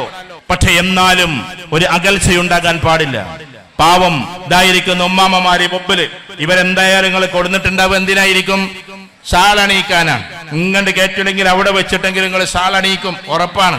ഇന്ന് ആദരിക്കാൻ പോവാണ്. പക്ഷെ ഇന്ന് ഈ കുടുംബത്തിലെ ഇത്രയും ആളുകളുടെ മുമ്പിൽ വെച്ച് നിങ്ങൾ ആദരിക്കുന്നു. വീട്ടിലെത്തുമ്പോ സ്വന്തം മക്കളും മരുമക്കളും ഇവിടെ ആദരിക്കുന്നില്ല എങ്കിൽ പിന്നെ ഈ ഷാളുകളെല്ലാം വെറുതെയാണ്. അതെല്ലാം കാറ്റിൽ പറത്തേണ്ടതാണ്. ഏറ്റവും വലിയ ആദരം കിട്ടേണ്ടത് ഈ പാവങ്ങൾക്ക് സ്വന്തം വീട്ടിലാണ്. കാരണം ഉമ്മമാരുടെ കണ്ണുനീര് അത് വളരെ ശ്രദ്ധിക്കണം നിങ്ങൾ. അത് ഉറ്റി വീഴുന്നിടം കത്തിച്ചാമ്പലാകുമെന്ന് പ്രവാചക തിരുമേനി സല്ലല്ലാഹു അലൈഹി വസല്ലം പഠിപ്പിച്ചിട്ടുണ്ട്. ഉമ്മമാരുടെ കണ്ണുനീര് എവിടെയാണ് ഉറ്റി വീഴുന്നത് അവിടം കത്തിച്ചാമ്പലാകും. ചില ആൾക്കാർ ബിസിനസ് തുടങ്ങണ്, അത് പൊട്ടണ്, പിന്നെയും ബിസിനസ് തുടങ്ങണ്, പൊട്ടണ്, കടത്തിന്റെ ആഴങ്ങളിലേക്ക് പോണ്. കാരണം തിരഞ്ഞിട്ട് കാണുന്നില്ല. മെല്ലെ കാരണങ്ങൾ ഇങ്ങനെ ചിക്കി ചികഞ്ഞ് നോക്കുമ്പോ എന്നെങ്കിലും ഒരു ദിവസം ഉമ്മയോട് കയർത്ത് സംസാരിച്ചിട്ടുണ്ടെങ്കിൽ, എന്നെങ്കിലും ഒരു ദിവസം വാപ്പയെ അഭിക്ഷേപിച്ച് സംസാരിച്ചിട്ടുണ്ടെങ്കിൽ ഓർത്തുകൊള്ളുക, നിങ്ങൾ എന്ത് ബിസിനസ് ചെയ്താലും പൊട്ടിക്കൊണ്ടേയിരിക്കും. എന്റെ ഒരു പ്രിയപ്പെട്ട സുഹൃത്തുണ്ട്, ഞാൻ എത്രയോ വേദികളിൽ പറഞ്ഞിട്ടുണ്ട്, ബഷീർ ക എന്ന് പറയും, ടി ടൈം ബഷീർ. അദ്ദേഹത്തിന്റെ എല്ലാ ഉദ്ഘാടനവും ചെയ്യിപ്പിക്കാറുള്ളത് സ്വന്തം മാതാവിനെ കൊണ്ടാണ്. 75 വയസ്സ് പിന്നിട്ട മാതാവിനെ ഞാൻ കണ്ടിട്ടുണ്ട് ഒരുപാട് തവണ. ഉമ്മയെ കൊണ്ടുപോയിട്ടാണ് എല്ലാ ഉദ്ഘാടനങ്ങളും ചെയ്യുക. ഇപ്പൊ 100ഓളം ഷോപ്പുകളായി എന്നാണ് കഴിഞ്ഞ ആഴ്ച ഞാൻ അറിയുന്നത്. ടീ ടൈം എന്ന് പറഞ്ഞാൽ നിങ്ങൾക്ക് അറിയാമല്ലോ, ഖത്തറിലും അതേപോലെ തന്നെ സൗദി, പല ഇവിടൊക്കെ ഉള്ളവർക്ക്, ഒമാനിലുള്ളവർക്കൊക്കെ അറിയാം. ഓരോ ഉദ്ഘാടനങ്ങളും ഉമ്മയെ കൊണ്ടാ ചെയ്യിപ്പിക്കുക. നമ്മുടെ വീട് ഉദ്ഘാടനം ചെയ്യേണ്ടത് നമ്മുടെ ഉമ്മയാണ്. പ്രിയപ്പെട്ട ഉസ്താദുമാരും അതേപോലെ സയ്യിദുമാരും ക്ഷമിക്കുക, നിങ്ങൾ 10 മണിക്ക് വന്നുകൊള്ളുക, 9 മണിക്ക് വന്നുകൊള്ളുക.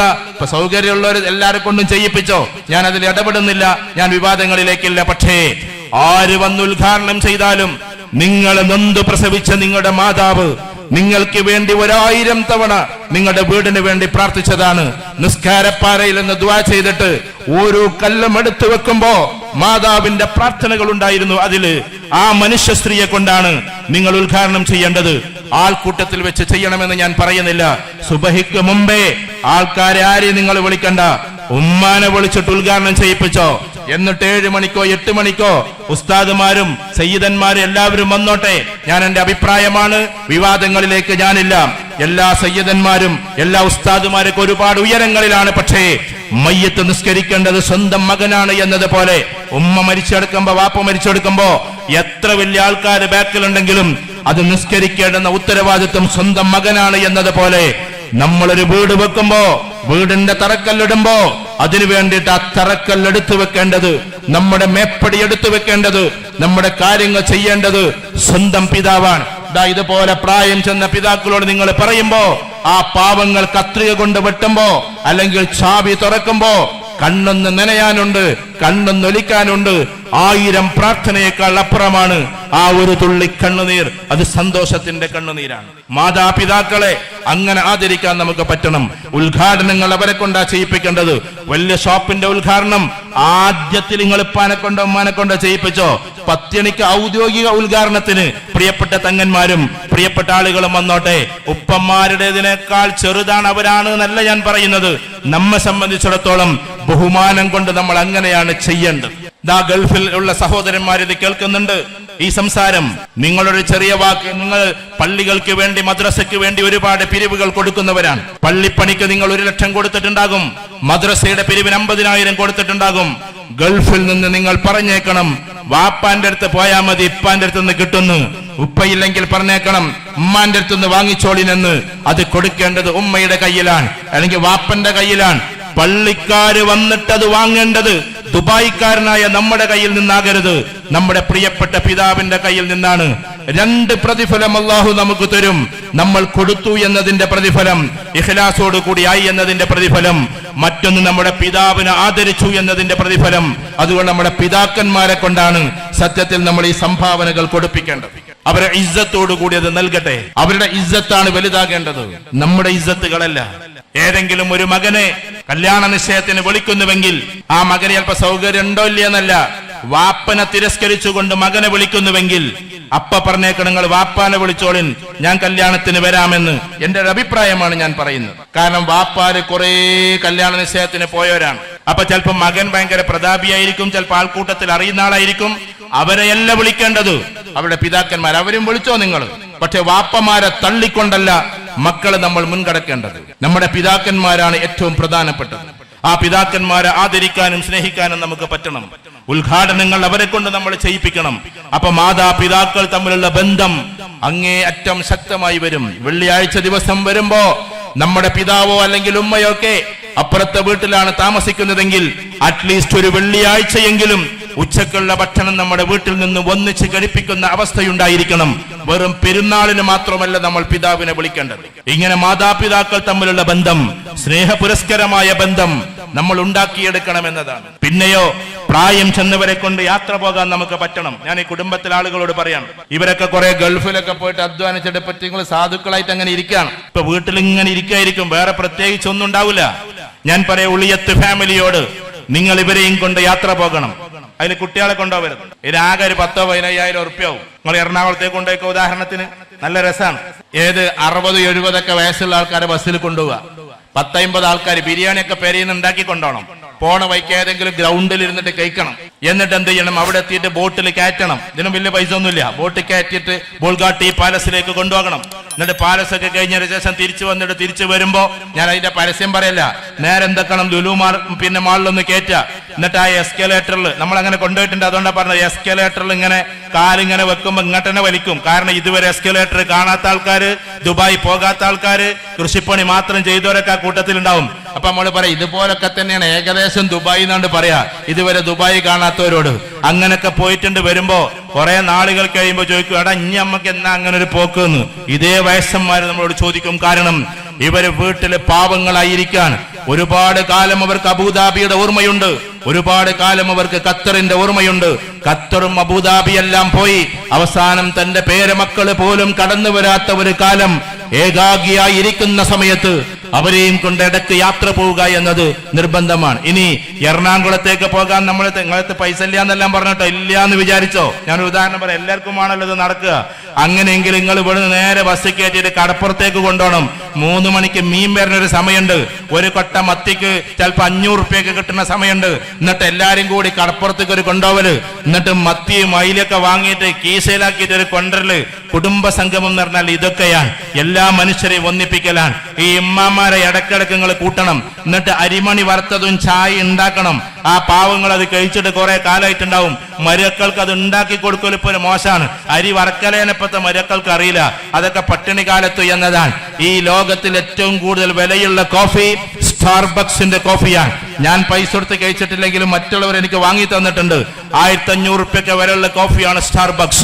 ഞാൻ പറയുന്നു അതിനേക്കാൾ അപ്പുറം ടേസ്റ്റ് ആണ്, അതിനേക്കാൾ അപ്പുറത്തുള്ള ചായയാണ് അരിമണി വറുത്തതും ചായ എന്ന് പറഞ്ഞാൽ. 1500 റുപ്യന്റെ കോഫിനേക്കാളും ടേസ്റ്റ് ആണ് അതിന്. അതിന് ഉമ്മയുടെ ഗന്ധമുണ്ട്, മരിച്ചുപോയ നമ്മുടെ ഉമ്മയുടെ ശ്വാസമുണ്ട്. അങ്ങനെയായിരിക്കണം നമ്മളത് കുടിക്കേണ്ടത്. നിങ്ങൾ ക്ഷമിക്കണം, ഞാൻ ഇമോഷണൽ ആകുന്നത് എന്റെ ഉമ്മയില്ലാത്തത് കൊണ്ടാണ്. അങ്ങനെ ഇവരെ കൂട്ടിയിട്ട് ചായ സൽക്കാരം നമ്മൾ ഉണ്ടാക്കണം. മാതാപിതാക്കളെ അങ്ങനെ സ്നേഹിക്കാൻ നമുക്ക് പറ്റണം, അല്ലെങ്കിൽ അവരോട് ബന്ധപ്പെട്ടവരെ സ്നേഹിക്കാൻ നമുക്ക് പറ്റണം. നമുക്ക് എന്താ ചെലവ്? ജസ്റ്റ് ഒരു അരിമണി വറുത്തതും ചായയും. നമുക്ക് സാധിക്കുന്നുണ്ടെങ്കിൽ ചിരട്ടിയിൽ ഉണ്ടാക്കുക, എന്നിട്ട് അതിൽ പിലാവിലന്റെ പിന്നെ എന്താ പറയാ കയ്യിലുണ്ടാക്കുക. അതൊക്കെ അവർക്ക് ഒരു ഓർമ്മയാണ്. ഇത് എന്തിനാന്നറിയോ? വെറും ഓർമ്മക്കല്ല പറയുന്നത്. മനുഷ്യന് ഓക്സിറ്റോസിൻ എന്ന് പറയുന്ന അതിമനോഹരമായിട്ടുള്ള ഒരു സംഭവമുണ്ട്. സന്തോഷിക്കാൻ വേണ്ടിയിട്ടുള്ള ഒരു ഹോർമോണിന്റെ പേരാണ് ഓക്സിറ്റോസിൻ. അത് ധാരാളമായി നമുക്ക് ലഭിക്കും ഇന്നലകളിലേക്ക് പുറപ്പെടാൻ നമ്മൾ ഒരുങ്ങിയ. എന്തിനാ ഇമ്മാമാന്റെ അടുത്ത് പോകാൻ പറഞ്ഞത്? ഉമ്മാമാന്റെ അടുത്ത് പോകാൻ പറഞ്ഞത് ഉമ്മാമാനെ കാണാൻ വേണ്ടി മാത്രല്ല, ഇന്നലകളിലുള്ള ഉമ്മാമയെ കാണാനാണ് നമ്മൾ പോണത്. അതേതാ ഉമ്മാമെന്നറിയോ? ഇന്ന് നമുക്ക് 40 വയസ്സായെങ്കിൽ ഈ 40 വയസ്സായ നമ്മുടെ ഉമ്മാമാക്ക് അപ്പൊ 80 വയസ്സായിട്ടുണ്ടാവും, അല്ലെങ്കിൽ 65-70 വയസ്സായിട്ടുണ്ടാവും. ഈ 75 വയസ്സായ ഉമ്മാമാനെ നമ്മൾ കാണാൻ പോണത് അന്നത്തെ കാഴ്ചയല്ല. നമ്മൾ ഈ ഭൂമിയിലേക്ക് പിറക്കുന്ന ദിവസം ലേബർ ഹാളിൽ കിടന്നിട്ട് ഉമ്മ വിതുമ്പി കരയുമ്പോ, ആഹ് എന്ന് പറഞ്ഞിട്ട് പ്രസവ വേദന എടുത്ത് കരയുമ്പോ, ഈ പാവം സ്ത്രീ ഇപ്പുറത്ത് തസ്ബീഹ് മാല മറിച്ചുകൊണ്ട് പ്രാർത്ഥനയിലായിരുന്നു. ഈ ഉമ്മാമ പ്രാർത്ഥനയിലായിരുന്നു. എന്റെ കുട്ടിക്കും കുട്ടിയുടെ കുട്ടിക്കും ഒന്നും സംഭവിക്കാതിരിക്കട്ടെ എന്ന പ്രാർത്ഥന. എന്റെ കുട്ടിക്കും എന്റെ കുട്ടിയുടെ കുട്ടിക്കും. അതിനുവേണ്ടി സൂറത്ത് യാസീൻ ഓതി, സൂറത്ത് റഹ്മാൻ ഓതി. ഇത് ഓതിയിട്ട് അവർ നിൽക്കുകയായിരുന്നു ഇപ്പുറത്ത്. ആ ഉമ്മാമയെ കാണാനാണ് ഇന്ന് നമ്മൾ പേരക്കുട്ടികൾ പോകാതിരിക്കുന്നത്. നമ്മുടെ ജന്മത്തിന് വേണ്ടി ജനിക്കുന്ന സമയം എല്ലാവരും അങ്ങനെ ഇരിക്കുമ്പോ ആ സമയത്ത് ആകാശത്തേക്ക് കൈനട്ടുകൊണ്ട് പ്രാർത്ഥിച്ച പാവം ഉമ്മാമയെ കാണാൻ നമുക്ക് സമയമില്ല എങ്കിൽ പിന്നെ നമ്മൾ എന്ത് മനുഷ്യനാണ്? എത്ര പ്രശസ്തിയിലേക്ക് പോയാലും ഉമ്മാമയുടെ കയ്യിൽ നിന്നും ഒരു ചോറുള്ള വാങ്ങിക്കഴിക്കണം. ഉമ്മാമാർക്ക് പകരം വെക്കാൻ വേറെ ആരുമില്ല. ഞാൻ ഇപ്പത്തെ പേരക്കുട്ടികളോട് പറഞ്ഞത്, അവർക്ക് പകരം വെക്കാൻ വേറെ ആരുമില്ല. ഉമ്മാമ്മമാരുടെ ഇടയിൽ നിന്നിട്ട് കഥ കേൾക്കണം, ബന്ധങ്ങൾ രസകരമാക്കണം, ഇടക്കിടക്ക് കുടുംബങ്ങൾ കൂടണം. അയൽപ്പക്കത്തായിരിക്കും നമ്മളെ കുടുംബമൊക്കെ ഉണ്ടാകുക, അവരൊക്കെ സ്നേഹപൂർവ്വം കഴിയണം. ഒരിക്കലും ഒരു കുനിഷ്ടോ കുശുമ്പോ അങ്ങോട്ടും ഇങ്ങോട്ടും ഉണ്ടാകരുത്. ഒരു പിലാവ് ഇങ്ങനെ വളർന്നു വന്നിട്ട് അങ്ങോട്ട് ചെരിഞ്ഞിട്ടുണ്ടാവും, അതിന്റെ പേരിൽ 4 കൊല്ലം തിരക്ക്. ഇതൊന്നും ഉണ്ടാക്കാൻ പാടില്ല. അതിന് ഞാൻ പുതിയ തലമുറയിലെ കുട്ടികളെ അഭിനന്ദിക്കുന്നു. പുതിയ തലമുറയിലെ കുട്ടികളുണ്ടല്ലോ, ഈ പുതിയ തലമുറയിലെ കുട്ടികൾ എത്ര മനോഹരമാണെന്നറിയോ? 1 സെന്റിന് വേണ്ടി ഒരുപാട് വഴക്കടിച്ചവരാ നമ്മുടെ തലമുറക്കാർ. ഈ ഇരിക്കുന്നവരെന്നെല്ലാം പറഞ്ഞു നമ്മുടെ ആ പ്രായക്കാര്. പക്ഷേ 1 സെന്റിന് വേണ്ടി ഇനി ഒരിക്കലും ഈ കൂട്ടരുണ്ടല്ലോ, ഈ ചെറുപ്പക്കാർ, അവര് വഴക്കടിക്കില്ല. കാരണം ഒരിക്കലും നിങ്ങൾ ഇത് പ്രതീക്ഷിക്കണ്ട, അവർക്ക് വീടന്നെ വേണമെന്ന് നിർബന്ധമില്ല. പിന്നെന്തിനാ 1 സെന്റ് എന്നതാ. പുതിയ തലമുറയിലെ കുട്ടികൾക്ക് പിന്നെയുമുണ്ട് പ്രത്യേകത. ഞാൻ പഴമക്കാരെ ധിക്കരിക്കല്ല. ഇപ്പൊ നമ്മളിങ്ങനെ പോയി കഴിഞ്ഞാൽ ഇത് ഈ ഭാഗമാണ്, അങ്ങോട്ട് പോയ ചമ്രവട്ടമാണ്, ഇങ്ങോട്ട് പോയാൽ അങ്ങോട്ട് പോയ പൊന്നാനിയാണ്, ഇങ്ങോട്ട് പോയ ആലത്തൂരാണ്. അവിടെയൊക്കെ ഫ്രൂട്ട് ഷോപ്പിന്റെ മേലെ ഇങ്ങനെ ഒരു താർപ്പായ വിരിച്ചോണ്ടാ പോവാ. അതിന്റെ അടിയിലെ 300 രൂപ വിലയുള്ള മാംഗോസ്റ്റിന് ഇരിപ്പുണ്ട്. അതിന്റെ അടിയിൽ 250 രൂപ വിലയുള്ള വലിയ വലിയ ഫ്രൂട്ട്സ് ഇരിപ്പുണ്ട്. ഒറ്റൊന്നു പോലും നഷ്ടപ്പെടൂല. എന്തുകൊണ്ടാണെന്നറിയോ? പുതിയ തലമുറയിലെ മക്കൾ കക്കുന്നവരെ അല്ല. അതാണ് അതിന്റെ പ്രത്യേകത. അതുകൊണ്ട് കടക്കാര് ഫ്രൂട്ടിന്റെ മേലെ നേരെ ഇങ്ങനെ ഒരു താർപ്പായും ഇട്ടുകൊണ്ട് പോണത്. പണ്ടത്തെ കാലത്ത് തമാശക്കെങ്കിലും അതെടുത്തുകൊണ്ട് അങ്ങോട്ടെങ്കിലും ഒന്ന് വലിച്ചെറിയും. പണ്ടത്തെ കാലത്ത് അങ്ങനെയാണ്, കക്കൊന്നുമല്ല, വെറുതെ അതെടുത്തുകൊണ്ട് ആണ്ടെന്നറിയാം. അതൊരു രസം കണ്ടെത്തുന്നിട്ട് അതിൽ. പുതിയ കുട്ടിയൊക്കെ അതിനൊന്നും നേരമില്ല. അവരാളുകളുടെ സാധനങ്ങളൊന്നും കേടെടുത്തൂല. അഥവാ ഏതെങ്കിലും കക്കണ ആളുണ്ടെങ്കിൽ അവൻ എന്തെങ്കിലും പുകവലിക്കാനോ കൊഞ്ചാവ് അടിക്കാനോ വേണ്ടിയിട്ടുള്ള കക്കലേ കക്കുള്ളൂ. അത്ര മോശക്കാരെ കക്കണവരുള്ളൂ, അല്ലാതെ സാധാരണ കുട്ടികളാരും കക്കണവരല്ല. പിന്നെ ഇപ്പാന്റെ പോക്കറ്റിൽ നിന്ന് 200 ഉറുപ്പ്യ എടുക്കും. അതെന്തുകൊണ്ടാന്ന് പറയാം, ഇപ്പൊ കൊടുക്കാത്തത് കൊണ്ടാണ്. അതിന് കളവ് നിങ്ങൾ വല്ലാണ്ട് വിളിക്കണ്ട. ഇപ്പൊ ഇടയ്ക്ക് മുട്ടായിക്കും ചോക്ലേറ്റിനൊക്കെ കായ് കൊടുക്കണം. ഇപ്പൊ പള്ളിക്കൊക്കെ 50,000 കൊടുക്കും, 25,000 മദ്രസക്ക് കൊടുക്കും, വരുന്നവർക്കൊക്കെ 5,000 കൊടുക്കും, 10,000 കൊടുക്കും. മക്കൾക്ക് 5 പൈസയും കൊടുക്കാതെ പിസ്കി ഇങ്ങനെ ഇരിക്കും. അത് മക്കൾക്കും വേണം കുറച്ചൊക്കെ കൊടുക്കുക. കൊടുത്ത് കേടെടുത്തണം എന്ന് ഞാൻ പറഞ്ഞില്ല, എല്ലാവർക്കും സന്തുലിതമായി കൊടുക്കണം. നമ്മളെ മക്കൾക്ക് നല്ലൊരു മന്തി തിന്നണമെന്ന് തോന്നിയാൽ, പണ്ടത്തെ കാലത്തൊക്കെ അങ്ങനെ ഉണ്ട്, വിരുന്നേര് വന്നാൽ നമ്മളിങ്ങനെ പ്ലേറ്റൊക്കെ നോക്കി ഇങ്ങനെ നിൽക്കും. ഞാൻ എന്റെ പേരത്തൊക്കെ അതല്ല ഇപ്പൊ പറഞ്ഞു കേട്ടോ. നമ്മളമ്മക്ക് നല്ലോണം നമ്മളെ തീറ്റിച്ചിരുന്നു. നമ്മളിങ്ങനെ നോക്കിക്കും ഇവര് പോയിട്ടാണ് തിന്നാനെന്ന്. എന്നിട്ട് അവര് കാണാൻ അതെടുത്ത് കാണാൻ നേരെ പളുങ്കിക്ക് തന്നെ കൊണ്ടുവരണം. കുട്ടിയൊക്കെ പഴയ കാലത്ത് എന്തൊക്കെ നടന്നറിയാം. പഴയ കാലത്തെ കുറ്റപ്പെടുത്തല്ലേ, നമ്മളൊക്കെ കുട്ടിക്കാലത്ത് നമ്മളിങ്ങനെ നോക്കിക്കല ബിരിയാണിമക്ക് പോത്തോലം പോകുന്ന ആണുങ്ങൾ കാണിരുന്ന് അങ്ങനെ തിന്നണ, കുട്ടികളൊക്കെ ഇങ്ങനെ അലച്ചയോടുകൂടി നോക്കി നിൽക്കണം. അങ്ങനത്തെ ഒരു കാലം കഴിഞ്ഞു പോയി. എന്തൊരു ദുരന്തമായിരുന്നു അത്. കുട്ടികൾക്ക് കൊടുത്തിട്ട് മതി ഞമ്മക്ക്. പണ്ടൊക്കെ അങ്ങനെയല്ലായിരുന്നു, കല്യാണപ്പേരയിൽ കുട്ടികളെ ലാസ്റ്റായി ഇരുത്തുക. ലാസ്റ്റ് അത് എന്ത് സൈക്കോളജിയാണെന്ന് എനിക്ക് അറിഞ്ഞുകൂടാ. കാരണം കുട്ടിയൊക്കെ ആദ്യം കൊടുക്കണമെന്ന്. കുട്ടികളെ വിരലും ആ ഇരിക്കലും ആ തിന്നലും അതൊരു രസല്ലേ. നമ്മൾ കുറെ തിന്നു കഴിഞ്ഞവരാണ്, കുട്ടികൾ തിന്നട്ടെ, അവരൊന്ന് മുന്നോട്ട് കൊണ്ടുവരിക. അതേമാതിരി നമ്മളെ കുട്ടികൾ, ഇപ്പൊ യുവാക്കളായ ആൾക്കാർ, അവർക്ക് പഠിത്തത്തിന് വേണ്ടിയിട്ടുള്ള കാര്യങ്ങളൊക്കെ ചെയ്തു കൊടുക്കുക. കുടുംബത്തിൽ ചെയ്യേണ്ടുന്ന കാര്യങ്ങൾ അതാണ്. ഇനി ഇവിടെ ഉണ്ടാകേണ്ടത് എന്താണെന്നറിയോ? ഞാൻ നിങ്ങളെ ഉപദേശിക്കല്ലേ, നിങ്ങൾ MIT മൾട്ടിപ്പിൾ ഇന്റലിജൻസ് ടെസ്റ്റ് നടത്തലാണ്. ഇപ്പൊ തെക്ക് ഭാഗത്തൊക്കെ ഞാൻ എല്ലാ ജില്ലകളിലും കുടുംബ സംഗമത്തിന് പോകുന്ന ആളാണ്. അവിടെ ഇതൊന്നും പറയേണ്ട കാര്യമില്ല, അവരൊക്കെ നടത്തിക്കൊണ്ടിരിക്കുന്നുണ്ട്. നമ്മളെ കുട്ടികളെ എന്ന് വെച്ചാൽ ഏകദേശം 8ാം ക്ലാസ് മുതൽ +2 വരെ പഠിക്കുന്ന കുട്ടികളെ ഒരുമിച്ച് കൂട്ടിയിട്ട് അവർക്ക് പ്രത്യേക ഒരു എക്സാം ഉണ്ട്, MIT അല്ലെങ്കിൽ പിന്നെ അതേപോലെ തന്നെ ഡിഫറൻഷ്യൽ ആപ്റ്റിറ്റ്യൂഡ് ടെസ്റ്റ് എന്നൊക്കെ പറഞ്ഞിട്ട് ആ ടെസ്റ്റ് എഴുതിപ്പിച്ചാൽ നമ്മുടെ കുട്ടികൾക്ക് ഏതൊക്കെ ഭാഗത്തേക്ക് പഠിക്കാനുള്ള കപ്പാസിറ്റി ഉണ്ട് എന്ന് അറിയാൻ പറ്റും. അങ്ങനെ അറിഞ്ഞാൽ അതിനനുസരിച്ച് എന്താക്കണം, ആ കുട്ടികളെ തിരിച്ചുവിടണം. നമ്മളെ കുട്ടികളെ മാത്രമല്ല, നമ്മളെ കുടുംബത്തിലെ മൊത്തം കുട്ടികളെ അങ്ങനെ ടെസ്റ്റ് എഴുതിയിട്ട് തിരിച്ചുവിട്ടാൽ ഡോക്ടർ ആകേണ്ടവർ ഡോക്ടറാകും, എഞ്ചിനീയർ ആകേണ്ടവർ എഞ്ചിനീയർ ആകും. അല്ലാതെ ഡോക്ടറാകാൻ ഒരു യോഗ്യതയില്ലാത്ത കുട്ടിനെ ചൈനീക്കും പറഞ്ഞയച്ചെടുത്ത് എടുത്തുകാണോ അങ്ങനെ മേപ്പിട്ട് നോക്കി നടക്കണ്ട. അതിന് യോഗ്യതയുള്ളവരെ കൊണ്ട് അത് ചെയ്യിപ്പിച്ചാൽ മതി. ഡോക്ടർ ആവലാണ് ഈ ലോകത്തിൽ ഏറ്റവും ടോപ്പ് എന്നൊരു ധാരണ നമുക്ക് വേണ്ട. അതിനും അപ്പുറത്തേക്ക് ഇഷ്ടം പോലെ കരിയർ ഉണ്ട്. കേരളക്കാരെ സംബന്ധിച്ചിടത്തോളം ഡോക്ടറാകല ഏറ്റവും വലുത്. എല്ലാ രക്ഷിതാക്കൾക്കും ഇപ്പൊ അത് എന്റെ കുട്ടി ഡോക്ടറാകണം, എന്റെ കുട്ടി ഡോക്ടറാകണം. ഡോക്ടറാകേണ്ടവരായിക്കോട്ടെ, നല്ലത്. വിശ്വകരന്മാർ നല്ലതാണ്. നമ്മൾ ഹോസ്പിറ്റൽസിലൊക്കെ നല്ല നല്ല ഡോക്ടേഴ്സ് കൊറോണ വന്നപ്പോഴൊക്കെ അവർ ഒരുപാട് കാര്യങ്ങൾ ചെയ്തു. അതിന് നമ്മൾ ഒരിക്കലും മികഴ്ത്തുന്നില്ല. പക്ഷേ അത് മാത്രമല്ല കരിയർ. കരിയർ എന്ന് പറഞ്ഞാൽ ഒരുപാട് വേറെയുമില്ലേ. അതിനേക്കാളേക്ക് എത്ര ടോപ്പിലാണ് സിവിൽ സർവീസ് കിടക്കുന്നത്. അതേപോലെ തന്നെ ഏറ്റവും ടോപ്പ് റേഞ്ചിലെ യൂണിവേഴ്സിറ്റിയിലേക്ക് എത്തല്. ഞാനത് ഇനിയും പറഞ്ഞുകൊണ്ടേയിരിക്കും. അതാകുന്നത് വരെ ടോപ്പ് 10 യൂണിവേഴ്സിറ്റി, അതിൽ കാംബ്രിഡ്ജ് ഉണ്ട്, ഓക്സ്ഫോർഡ് ഉണ്ട്, ടെക്സസ് ഉണ്ട്, കാലിഫോർണിയ യൂണിവേഴ്സിറ്റി ഉണ്ട്, ഹാർവാർഡ് ഉണ്ട്, സ്റ്റാൻഫോർഡ് യൂണിവേഴ്സിറ്റി ഉണ്ട്, ലണ്ടൻ സ്കൂൾ ഓഫ് എക്കണോമിക്സ് ഉണ്ട്. അതേപോലെ തന്നെ ഇത്തരത്തിലുള്ള ക്യാമ്പസിലേക്ക് നമ്മുടെ കുട്ടികൾ എത്തണം. MES-ലെ കുട്ടികൾ ആരെങ്കിലുമൊക്കെ ഇവിടെ ഉണ്ടാകാം. MES-ലെ കഴിഞ്ഞ പ്രാവശ്യം ഞാൻ ഈ ഓഗസ്റ്റ് 15-ന് ഞാനായിരുന്നു സംസാരിക്കാൻ വേണ്ടി പോയത്. അവിടെ കുട്ടികൾ നല്ല രസകരമായിട്ട് അവരുടെ കുറെ ഓഗസ്റ്റ് 15-ന്റെ പ്രോഗ്രാമൊക്കെ നടത്തി സല്യൂട്ട് സ്വീകരിക്കുന്നതും അത് കൊടുക്കുന്നതൊക്കെ നമ്മൾ തന്നെയായിരുന്നു. അതിനുശേഷം അവരോട് 1.5 മണിക്കൂർ ഞാൻ സംസാരിച്ചു. ആ സംസാരിച്ചു കൊണ്ടിരിക്കവേ ഞാൻ പറഞ്ഞു, ഇവിടുത്തെ കുട്ടികളോട് ഏകദേശം ഇനി നിങ്ങൾ പോകേണ്ടത് ലണ്ടൻ സ്കൂൾ ഓഫ് എക്കണോമിക്സിലേക്കാണ്, ഇനി നിങ്ങൾ പോകേണ്ടത് ഓക്സ്ഫോർഡിലേക്കാണ്, ഇനി നിങ്ങൾ പോകേണ്ടത് കാംബ്രിഡ്ജിലേക്കാണ്. ഇതൊക്കെ പറഞ്ഞപ്പോ പ്രിൻസിപ്പൽ സാർ വന്നുകൊണ്ട് എന്നോട് പറഞ്ഞു, സാർ കഴിഞ്ഞ വർഷം ഇവിടെ നിന്നൊരു കുട്ടി ലണ്ടൻ സ്കൂൾ ഓഫ് എക്കണോമിക്സിൽ എത്തിയിട്ടുണ്ട്. അതാണ് ഇനി നടക്കേണ്ടത്. കാരണം അത് ഏജൻസി മുഖാന്തരം പോകേണ്ടതല്ല, അത് കുട്ടികൾ ടെസ്റ്റുകൾ എഴുതി ആ ഷാർപ്പ് ലൈനിലേക്ക് കയറി പോകേണ്ടതാണ്. ഇനിയുള്ള കാലം അതാണ്. വിദേശ യൂണിവേഴ്സിറ്റിയിലേക്ക് പഠിക്കാൻ പോകുന്ന കുട്ടികൾ, ചിലപ്പോൾ നമ്മളെ കുട്ടികൾ ലണ്ടനിലേക്ക്, കാനഡയിലേക്ക്, ഓസ്ട്രേലിയയിലേക്കൊക്കെ പഠിക്കാൻ പോകാറുണ്ട്. അവിടെ ഏറ്റവും താഴ്ന്ന യൂണിവേഴ്സിറ്റികളുടെ ദയവ് ചെയ്ത് അതിലേക്ക് നമ്മൾ പോകരുത്. ഫീസ് നോക്കിയിട്ടല്ല നമ്മൾ പോകേണ്ടത്. ചിലപ്പോ 10 ലക്ഷം 8 ലക്ഷം എന്നൊക്കെ പറഞ്ഞ് കുറഞ്ഞ ഫീസിൽ ലണ്ടനിൽ ഏതെങ്കിലും യൂണിവേഴ്സിറ്റി പഠിപ്പിക്കണമെന്നും പറഞ്ഞിട്ട് അങ്ങനെ പോകരുത്. നിങ്ങൾ ഏറ്റവും ടോപ്പ് റേഞ്ചിലുള്ള ക്യാമ്പസിലേക്ക് എത്താൻ നിങ്ങൾക്ക് പൈസയും ആവശ്യമില്ല, തലണ്ടായാൽ മതി. അതുകൊണ്ട് ഉന്നത കലാലയങ്ങളിലേക്ക് എത്താനാണ് ശ്രമിക്കേണ്ടത്. അല്ലെങ്കിൽ നമ്മൾ അവിടെ പോയാല്, ഇപ്പൊ UK നമ്മൾ പോകുന്നതെങ്കിൽ വലത്തെ ഭാഗത്ത് പാകിസ്ഥാനി ഉണ്ടാവും, ഇപ്പുറത്ത് നേപ്പാളി ഉണ്ടാവും, അപ്പുറത്ത് ആരുണ്ടാവും, പിന്നെ നമ്മുടെ ഇന്ത്യക്കാരനുണ്ടാകും. ഇതിന്റെ ഇടയിൽ നിന്ന് പഠിക്കേണ്ടി വരും. 150 രാജ്യക്കാരെങ്കിലുമുള്ള 100-ലേറെ രാജ്യക്കാരുള്ള ക്യാമ്പസിൽ പോയിട്ടാണ് നമ്മൾ പഠിക്കേണ്ടത്. അതിന് റസൽസ് ഗ്രൂപ്പിൽ വരുന്ന യൂണിവേഴ്സിറ്റികളാണ് നമ്മൾ തിരഞ്ഞെടുക്കേണ്ടത്. അങ്ങനെ വിദ്യാഭ്യാസത്തിന്റെ മൂർധന്യതയിലേക്ക് നമ്മളെ കുട്ടികളെ കൊണ്ടുപോകണം. വിദ്യാഭ്യാസത്തിന്റെ ഉത്തംഗതയിലേക്ക് നമ്മളെ കുട്ടികൾ കയറിപ്പോകണം. അത് നമ്മുടെ ഏറ്റവും വലിയ ശ്രദ്ധയാകണം. അതിന് വീട്, നമ്മുടെ പരിസരം സ്നേഹോഷ്മളമായിരിക്കണം. മാതാവ് ഒരിക്കലും ചിന്തിക്കരുത് എന്റെ കാലിന്റെ ചുവട്ടിലാണ് സ്വർഗമെന്ന്. ഞാൻ പറഞ്ഞ പോലെ ശ്രദ്ധിച്ചു കേൾക്കണം. മക്കളായ ഞങ്ങളോട് പറഞ്ഞതാണ് മാതാവിന്റെ കാലിൻ ചുവട്ടിലാണ് സ്വർഗം. അത് മക്കളോട് പറഞ്ഞ വാക്കാണ്. മാതാവിന്റെ കാലിൻ ചുവട്ടിലാണ് സ്വർഗം.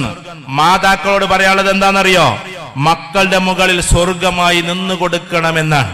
മക്കളുടെ മുകളിൽ സ്വർഗമായി നിന്നു കൊടുക്കാത്തിടത്തോളം കാലം നമ്മുടെ കാലിന്റെ ചോട്ടിൽ സ്വർഗാവൂല ഉണ്ടാകുക, നമ്മുടെ കാലിന്റെ ചോട്ട് നരകമായിരിക്കും ഉണ്ടാവുക. എങ്ങനെയെങ്കിലും ഒരു മാതാവായിട്ട് നമ്മളെ കാലിന്റെ ചോട്ട് സ്വർഗം ഉണ്ടാവുമെന്ന് വിചാരിക്കരുത്. എപ്പോഴും കുത്തിത്തീർപ്പുണ്ടാക്കി ആ മരോൾ അങ്ങനെ പറഞ്ഞ് ഈ മരോൾ എങ്ങനെയും പറഞ്ഞ് തസ്ബീഹമാരെ മരിക്കണ സമയത്ത് ആടി അനക്കാൻ കാണിച്ചരാടി എന്നും പറഞ്ഞ് അങ്ങനെ ഇങ്ങനെ നിന്നിട്ട് പെരുമാറുന്ന ഒരു ഉമ്മാന്റെ കാലിന്റെ ചോട്ടിൽ സ്വർഗം ഉണ്ടെന്ന് ഒരിക്കലും നിങ്ങൾ വിശ്വസിക്കരുത്. മാതാവിന്റെ കാലിൻ ചുവട്ടിലാണ് സ്വർഗം എന്ന് പറഞ്ഞാൽ മക്കളുടെ മുകളിൽ സ്വർഗമായി നിന്ന് കൊടുക്കണം. അതുകൊണ്ട് മക്കൾ അനുസരിക്കുന്നത് പോലെ മാതാക്കൾ അങ്ങോട്ട് നല്ല സ്നേഹം കൊടുക്കണം. 3 മക്കളുണ്ടോ? പണ്ടൊക്കെ മരിക്കാൻ നേരത്തെങ്കിലും ഉമ്മ പറയല്, നിങ്ങൾ നല്ലോണം കുഞ്ഞോനെ നോക്കണട്ടാ, ഓന നിങ്ങളെ കൂട്ടത്തില് ബലഹീനനിട്ടാന്നാണ്. പണ്ടത്തെ അമ്മമാരെ കഥ പറയാ. ഒരു കുട്ടി കാലേറ്റ് വയ്യാത്ത കുട്ടി ഉണ്ടെങ്കിൽ, ഒരു കുട്ടി കയ്യേറ്റ് വയ്യാത്ത കുട്ടി ഉണ്ടെങ്കിൽ അവനെ പറഞ്ഞ് കരഞ്ഞോണ്ട് ആ പാവം മരിക്കുക. ഇന്നത്തെ ഉമ്മമാരൊക്കെ മാറി പൈസ ഉള്ള കുട്ടികളുടെ പിന്നാലെയാണ് ഇന്ന്. ഒരാളെടുത്ത് പൈസ ഇല്ല, അവൻ മാസത്തിൽ 5000 രൂപ പോലും കൊടുന്നേറിനില്ലെങ്കിൽ അവനെ വെറുക്കുകയും പൈസയുള്ള മക്കളുടെ പിന്നാലെ നടക്കുകയും ചെയ്യാൻ. നമ്മളെ ഒരു മോന്റെ വീട് വലിയ വീട്, ഒരാളുടേത് ചെറുത്. വലിയ വീട്ടിക്ക് മാത്രം പാർക്കാൻ പോവുക, ചെറിയ വീട്ടിക്ക് പോകൂല. ഇങ്ങനത്തെ പരിപാടിയൊന്നും ഉണ്ടാകാൻ പാടില്ല. എല്ലാ മക്കളും ഒരേപോലെയാണ്. എല്ലാ മക്കളിലേക്കും നമ്മൾ ഒരുപോലെ ചെല്ലണം. ചില ആളടുത്ത് സമ്പത്ത് ഉണ്ടാകാം, ചില ആളടുത്ത് ഉണ്ടാകില്ല. എല്ലാവരെയും തുല്യമായി കാണണം. ഇതേപോലെ എത്ര ഉയരങ്ങളിലെത്തിയാലും എവിടെ എത്തിയാലും മാതാപിതാക്കളുടെ സ്നേഹം നിലനിർത്തുകയും ചെയ്യണം. കുടുംബത്തിലേക്ക് കയറി വരുന്ന ഓരോ പെൺകുട്ടികളും, ഞാനത് പറയുന്നത് കൊണ്ട് നിങ്ങൾക്കൊന്നും തോന്നരുത്, പാവങ്ങൾ എങ്ങനെയാ വരുന്നത്? ആ പാവങ്ങൾ അവരുടെ അന്തരീക്ഷം വിട്ടിട്ട് വരികയാണ്. നിങ്ങളൊക്കെ അങ്ങനെ വന്നവരെന്നല്ലേ? നമ്മളെ നാട്ടിൽ മലപ്പുറം ജില്ല, കോഴിക്കോട് ജില്ല ഒക്കെ അങ്ങനെ തന്നെയാണ്. കണ്ണൂർ ജില്ലയൊക്കെ പോകുമ്പോഴാണ് അങ്ങോട്ട് പുതിയാപ്പൾ എടുക്കല്. ഇവിടെയൊക്കെ എങ്ങനെയാണ്? ഈ പാവം പെൺകുട്ടി ഇങ്ങനെയാണ് പോവലാണ്. അപ്പോഴേക്കും അവൾക്ക് ആകെ അങ്കലാപ്പാണ്. അവിടെ പോയാൽ എന്താവാ? ചിലപ്പോ കുട്ടൂശനെ പോലെയുള്ളൊരു അമ്മോശനും ഡാഗിനിയെ പോലെയുള്ളൊരു അമ്മായിമ്മയും വിക്രമനും മുത്തൂനും പോലുള്ള ഇളച്ചനും മൂത്തച്ഛനും ഇതൊക്കെ ആയിരിക്കും ഇവളിങ്ങനെ പ്രതീക്ഷിക്കുക. ആ പേടിച്ചിട്ട് ഇങ്ങനെ ചെല്ലുമ്പോ ആ സാധു സ്നേഹം കൊടുക്കണ്ടേ?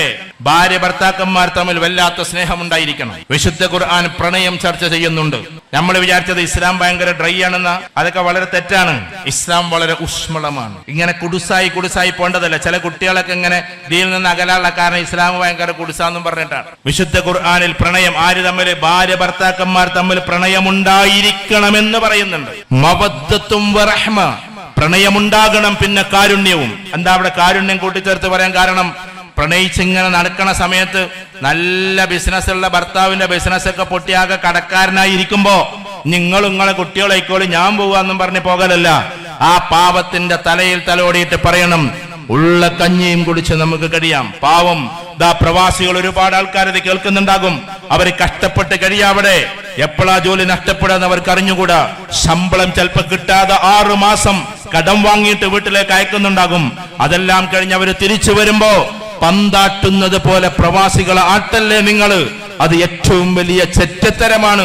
അതുകൊണ്ട് ഖുർആൻ പറഞ്ഞത് വറഹ്മ, കാരുണ്യം കാണിക്കണം അവരോട്. ഉള്ള സമയത്ത് നിങ്ങൾക്ക് തന്നതെല്ലാം ഇല്ലാത്ത സമയത്ത് തിരിച്ചു കൊടുക്കണേ എന്നാണ് പറഞ്ഞതിന്റെ അർത്ഥം. ഭാര്യ പാരലൈസ്ഡ് ആയി, ഭാര്യ ഇങ്ങനെ കുഴഞ്ഞു നടക്കുന്ന സമയം, കയ്യും കാലൊക്കെ ഇങ്ങനെയാണ്. ആൾക്കൂട്ടത്തിലൂടെ വേച്ചു നടക്കുമ്പോ അവിടെ കൈ പിടിച്ചുകൊണ്ട് നടക്കാൻ നമുക്ക് പറ്റണം. അതായിരിക്കണം യഥാർത്ഥത്തിൽ കാരുണ്യം എന്ന് പറയുന്നത്. ഇങ്ങനെ ഭാര്യ ഭർത്താക്കന്മാർ തമ്മിലുള്ള പിന്നെ ഏറ്റവും നല്ല സ്നേഹവും അതോടൊപ്പം തന്നെ മക്കൾ പരസ്പരമുള്ള ധാരണയും. ജ്യേഷ്ഠനും അനിയനും അവനുണ്ടെങ്കിൽ സ്വത്ത് വീതിച്ചു കൊടുക്കുമ്പോ ആ വീതിക്കുന്നത് പോലെ നമ്മൾ ശ്രദ്ധിക്കണം. അതോടൊപ്പം നമ്മൾ ജ്യേഷ്ഠനെയും അനുജനെയും ഒരുപോലെ നോക്കാൻ അവരെ പഠിപ്പിക്കണം. അതിനെന്താ ചെയ്യേണ്ടത്? കുട്ടിക്കാലത്തെ ഒരു പ്ലേറ്റിൽ നിന്ന് കഴിച്ചാൽ നന്നാകും. അതൊരു മോശമായിട്ട് നിങ്ങൾ കാണേണ്ട. അറബികൾ എപ്പോഴും അങ്ങനെ കഴിക്കുക. അറബ് നാട്ടിൽ വരുന്ന സമയത്ത്, ഇപ്പോ ഈ ഫുട്ബോൾ കഴിഞ്ഞ നടന്ന സമയത്തും ഷെയ്ഖിന്റെ കൂട്ടത്തിലിരുന്ന് പിന്നെ ഫുഡ് കഴിച്ചിട്ടുള്ള ഇന്റർനാഷണൽ താരങ്ങൾ അങ്ങനെ തന്നെ കഴിച്ചിട്ട് അവർക്കതൊരു അത്ഭുതമായിരുന്നു സംഭവം. അതുകൊണ്ട് അതൊരു മോശമായിട്ടൊന്നും കാണണ്ട.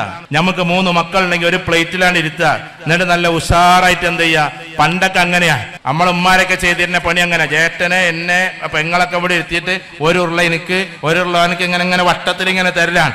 അത് കഴിഞ്ഞിട്ട് ബാക്കിയാണ് ഈ പാവങ്ങൾ കഴിക്കാറുള്ളത്. ഇന്ന് സ്വന്തം കുട്ടികളുടെ ഭക്ഷണത്തിന്റെ ബാക്കി ഇങ്ങനെ തള്ളി വെക്കുന്ന ഉമ്മാരാ. അതുകൊണ്ട് കുറെ കഴിഞ്ഞാൽ ഉമ്മാരെ വൃദ്ധസദനത്തിലേക്ക് ഇങ്ങനെ തള്ളിയാണ്ട് വിടും നമ്മളെ കുട്ടികളും. നമ്മുടെ മക്കൾ കഴിച്ചതിന്റെ ബാക്കി കഴിക്കാൻ നമുക്ക് പ്രയാസം, ഉമ്മ കഴിച്ചതിന്റെ ബാക്കി കഴിക്കാൻ മക്കൾക്ക് പ്രയാസം. ഒരു പ്ലേറ്റിൽ നിന്ന് കഴിക്കുകയാണെങ്കിൽ അത് ഏറ്റവും നല്ലതാണ്. ഞാൻ അങ്ങനെ തന്നെ കഴിക്കണം എന്ന് ഞാൻ പറയല്ല, പക്ഷെ അതിലൊരു സംസ്കാരമുണ്ട്. ഒരു കോഴിക്ക് 2 കാലല്ലേ ഉണ്ടാവുള്ളൂ, അതിങ്ങനെ പോവും. വട്ടത്തിലിരിക്കുന്ന ആൾക്ക് ഇത് ചെടുത്തോന്നറിയും, അത് ചെടുത്തോന്നറിയും, ചെടുത്ത അങ്ങനെ കറങ്ങലുണ്ട്. അത് മറ്റേത് അതൊന്നും ഇല്ലെങ്കിൽ കാല് വേഗം കൊണ്ടൊരു എടുക്കലാണ്. അവസാനം പറമ്പ് വീതിക്കുമ്പോ, ഞാൻ ഈ കോഴിക്കാല് പറഞ്ഞ വെറുതല്ല, പറമ്പ് വീതിക്കുന്ന സമയത്ത് ജ്യേഷ്ഠൻ പറയാം അത് ഇജ്ജെടുത്തടാ, എനിക്ക് 2 പെൺകുട്ടികളല്ലേ. ആ പറമ്പ് വെൻ കൊടുക്കും പറയാലടാ അത് ഇജ്ജെടുത്ത, എനിക്കത് മതി. ഇത് പറയും ഇങ്ങനെ ചെറുപ്പത്തിൽ ചെയ്ത് ശീലിച്ചിട്ടുള്ള മക്കൾ. ഞാൻ വെറുതെ പറഞ്ഞതല്ല. ഷെയർ ചെയ്ത് ശീലമുള്ള കുട്ടികൾക്ക് ഏത് കിട്ടിയാലും തിരക്കടുണ്ടാവില്ല. അതില്ലാത്ത കുട്ടികൾക്ക് 1 സെന്റെങ്ങാനും മാറിയാല് മതിലങ്ങണ്ട് കെട്ടിയിട്ട് സ്വന്തം ജ്യേഷ്ഠന്റെ മക്കളെയും കൂടി ഇപ്പുറത്ത് വഴിയുണ്ടെങ്കിൽ ആ വഴി അടക്കുന്നവർ അഞ്ചന്മാര്. സ്വന്തം ജ്യേഷ്ഠന് പോലും ഒന്ന് ഇങ്ങോട്ട് കടക്കണമെങ്കിൽ വഴി അടക്കുന്ന അഞ്ചന്മാരുടെ കാലമാണ്. ഞാൻ ഇന്നടത്തു നിന്നൊന്നും പറയുന്നില്ല. അങ്ങനത്തെ മോശത്തരത്തിലേക്ക് നമ്മൾ പോകരുത്. സ്നേഹം നിലനിൽക്കണം. ഞാൻ അവസാനിപ്പിക്കുകയാണ്. ഈ സ്നേഹമെല്ലാം നമ്മുടെ വീട്ടിൽ ഉണ്ടാകണമെങ്കിൽ പരിശുദ്ധമായ ദീന് നമ്മുടെ വീട്ടിൽ നിന്ന് പടിയിറങ്ങരുത്. ദീന് മാത്രമാണ് ഈ സംസ്കാരം നമുക്ക് തരിക. അള്ളാഹുവിലുള്ള അചഞ്ചലമായ വിശ്വാസവും മരണമുണ്ട് എന്ന യാഥാർത്ഥ്യവും അത് കഴിഞ്ഞാൽ ഒരു ജീവിതമുണ്ട് എന്ന ബോധവും ഉള്ള ആളുകൾക്ക് എപ്പോഴും ഇങ്ങനെ ഒരു ജീവിതത്തിനെ പറ്റൂ. അല്ലാത്തവരൊക്കെ എങ്ങനെ അഹങ്കരിച്ച് മുന്നോട്ട് പോകും. ആ അഹങ്കാരത്തിൽ നിന്ന് മാറി കൃത്യമായ ദീനിലേക്ക് നമ്മൾ തിരിച്ചെത്തണം. എല്ലാ സമൂഹത്തെയും സ്നേഹിക്കാനും എല്ലാവരെയും നന്നായി കാണാനും വർഗീയതയുടെ ഒരു ലാഞ്ചന പോലും നമ്മുടെ ഹൃദയത്തിലില്ലാതെ കാത്തു സൂക്ഷിക്കാനും എല്ലാ മനുഷ്യർക്കും വേണ്ടി പാതിരാവിൽ പ്രാർത്ഥിക്കാനും നമ്മുടെ മക്കളെ പഠിപ്പിക്കാനെന്ന ഉത്തരവാദിത്വം നമുക്കാണ്. അങ്ങനെ വിദ്യാഭ്യാസത്തിലൂടെ കയറിപ്പോകട്ടെ. മറ്റുള്ള ഡ്രഗ്സിന്റെ കാര്യങ്ങളിൽ നിന്നൊക്കെ നമ്മുടെ കുടുംബത്തിൽ ഒരാൾ പോലും അതിൽ പെട്ടുപോകാതിരിക്കട്ടെ. സ്നേഹോഷ്മളമായ ജീവിതം നമ്മുടെ മക്കൾ ഏറ്റവും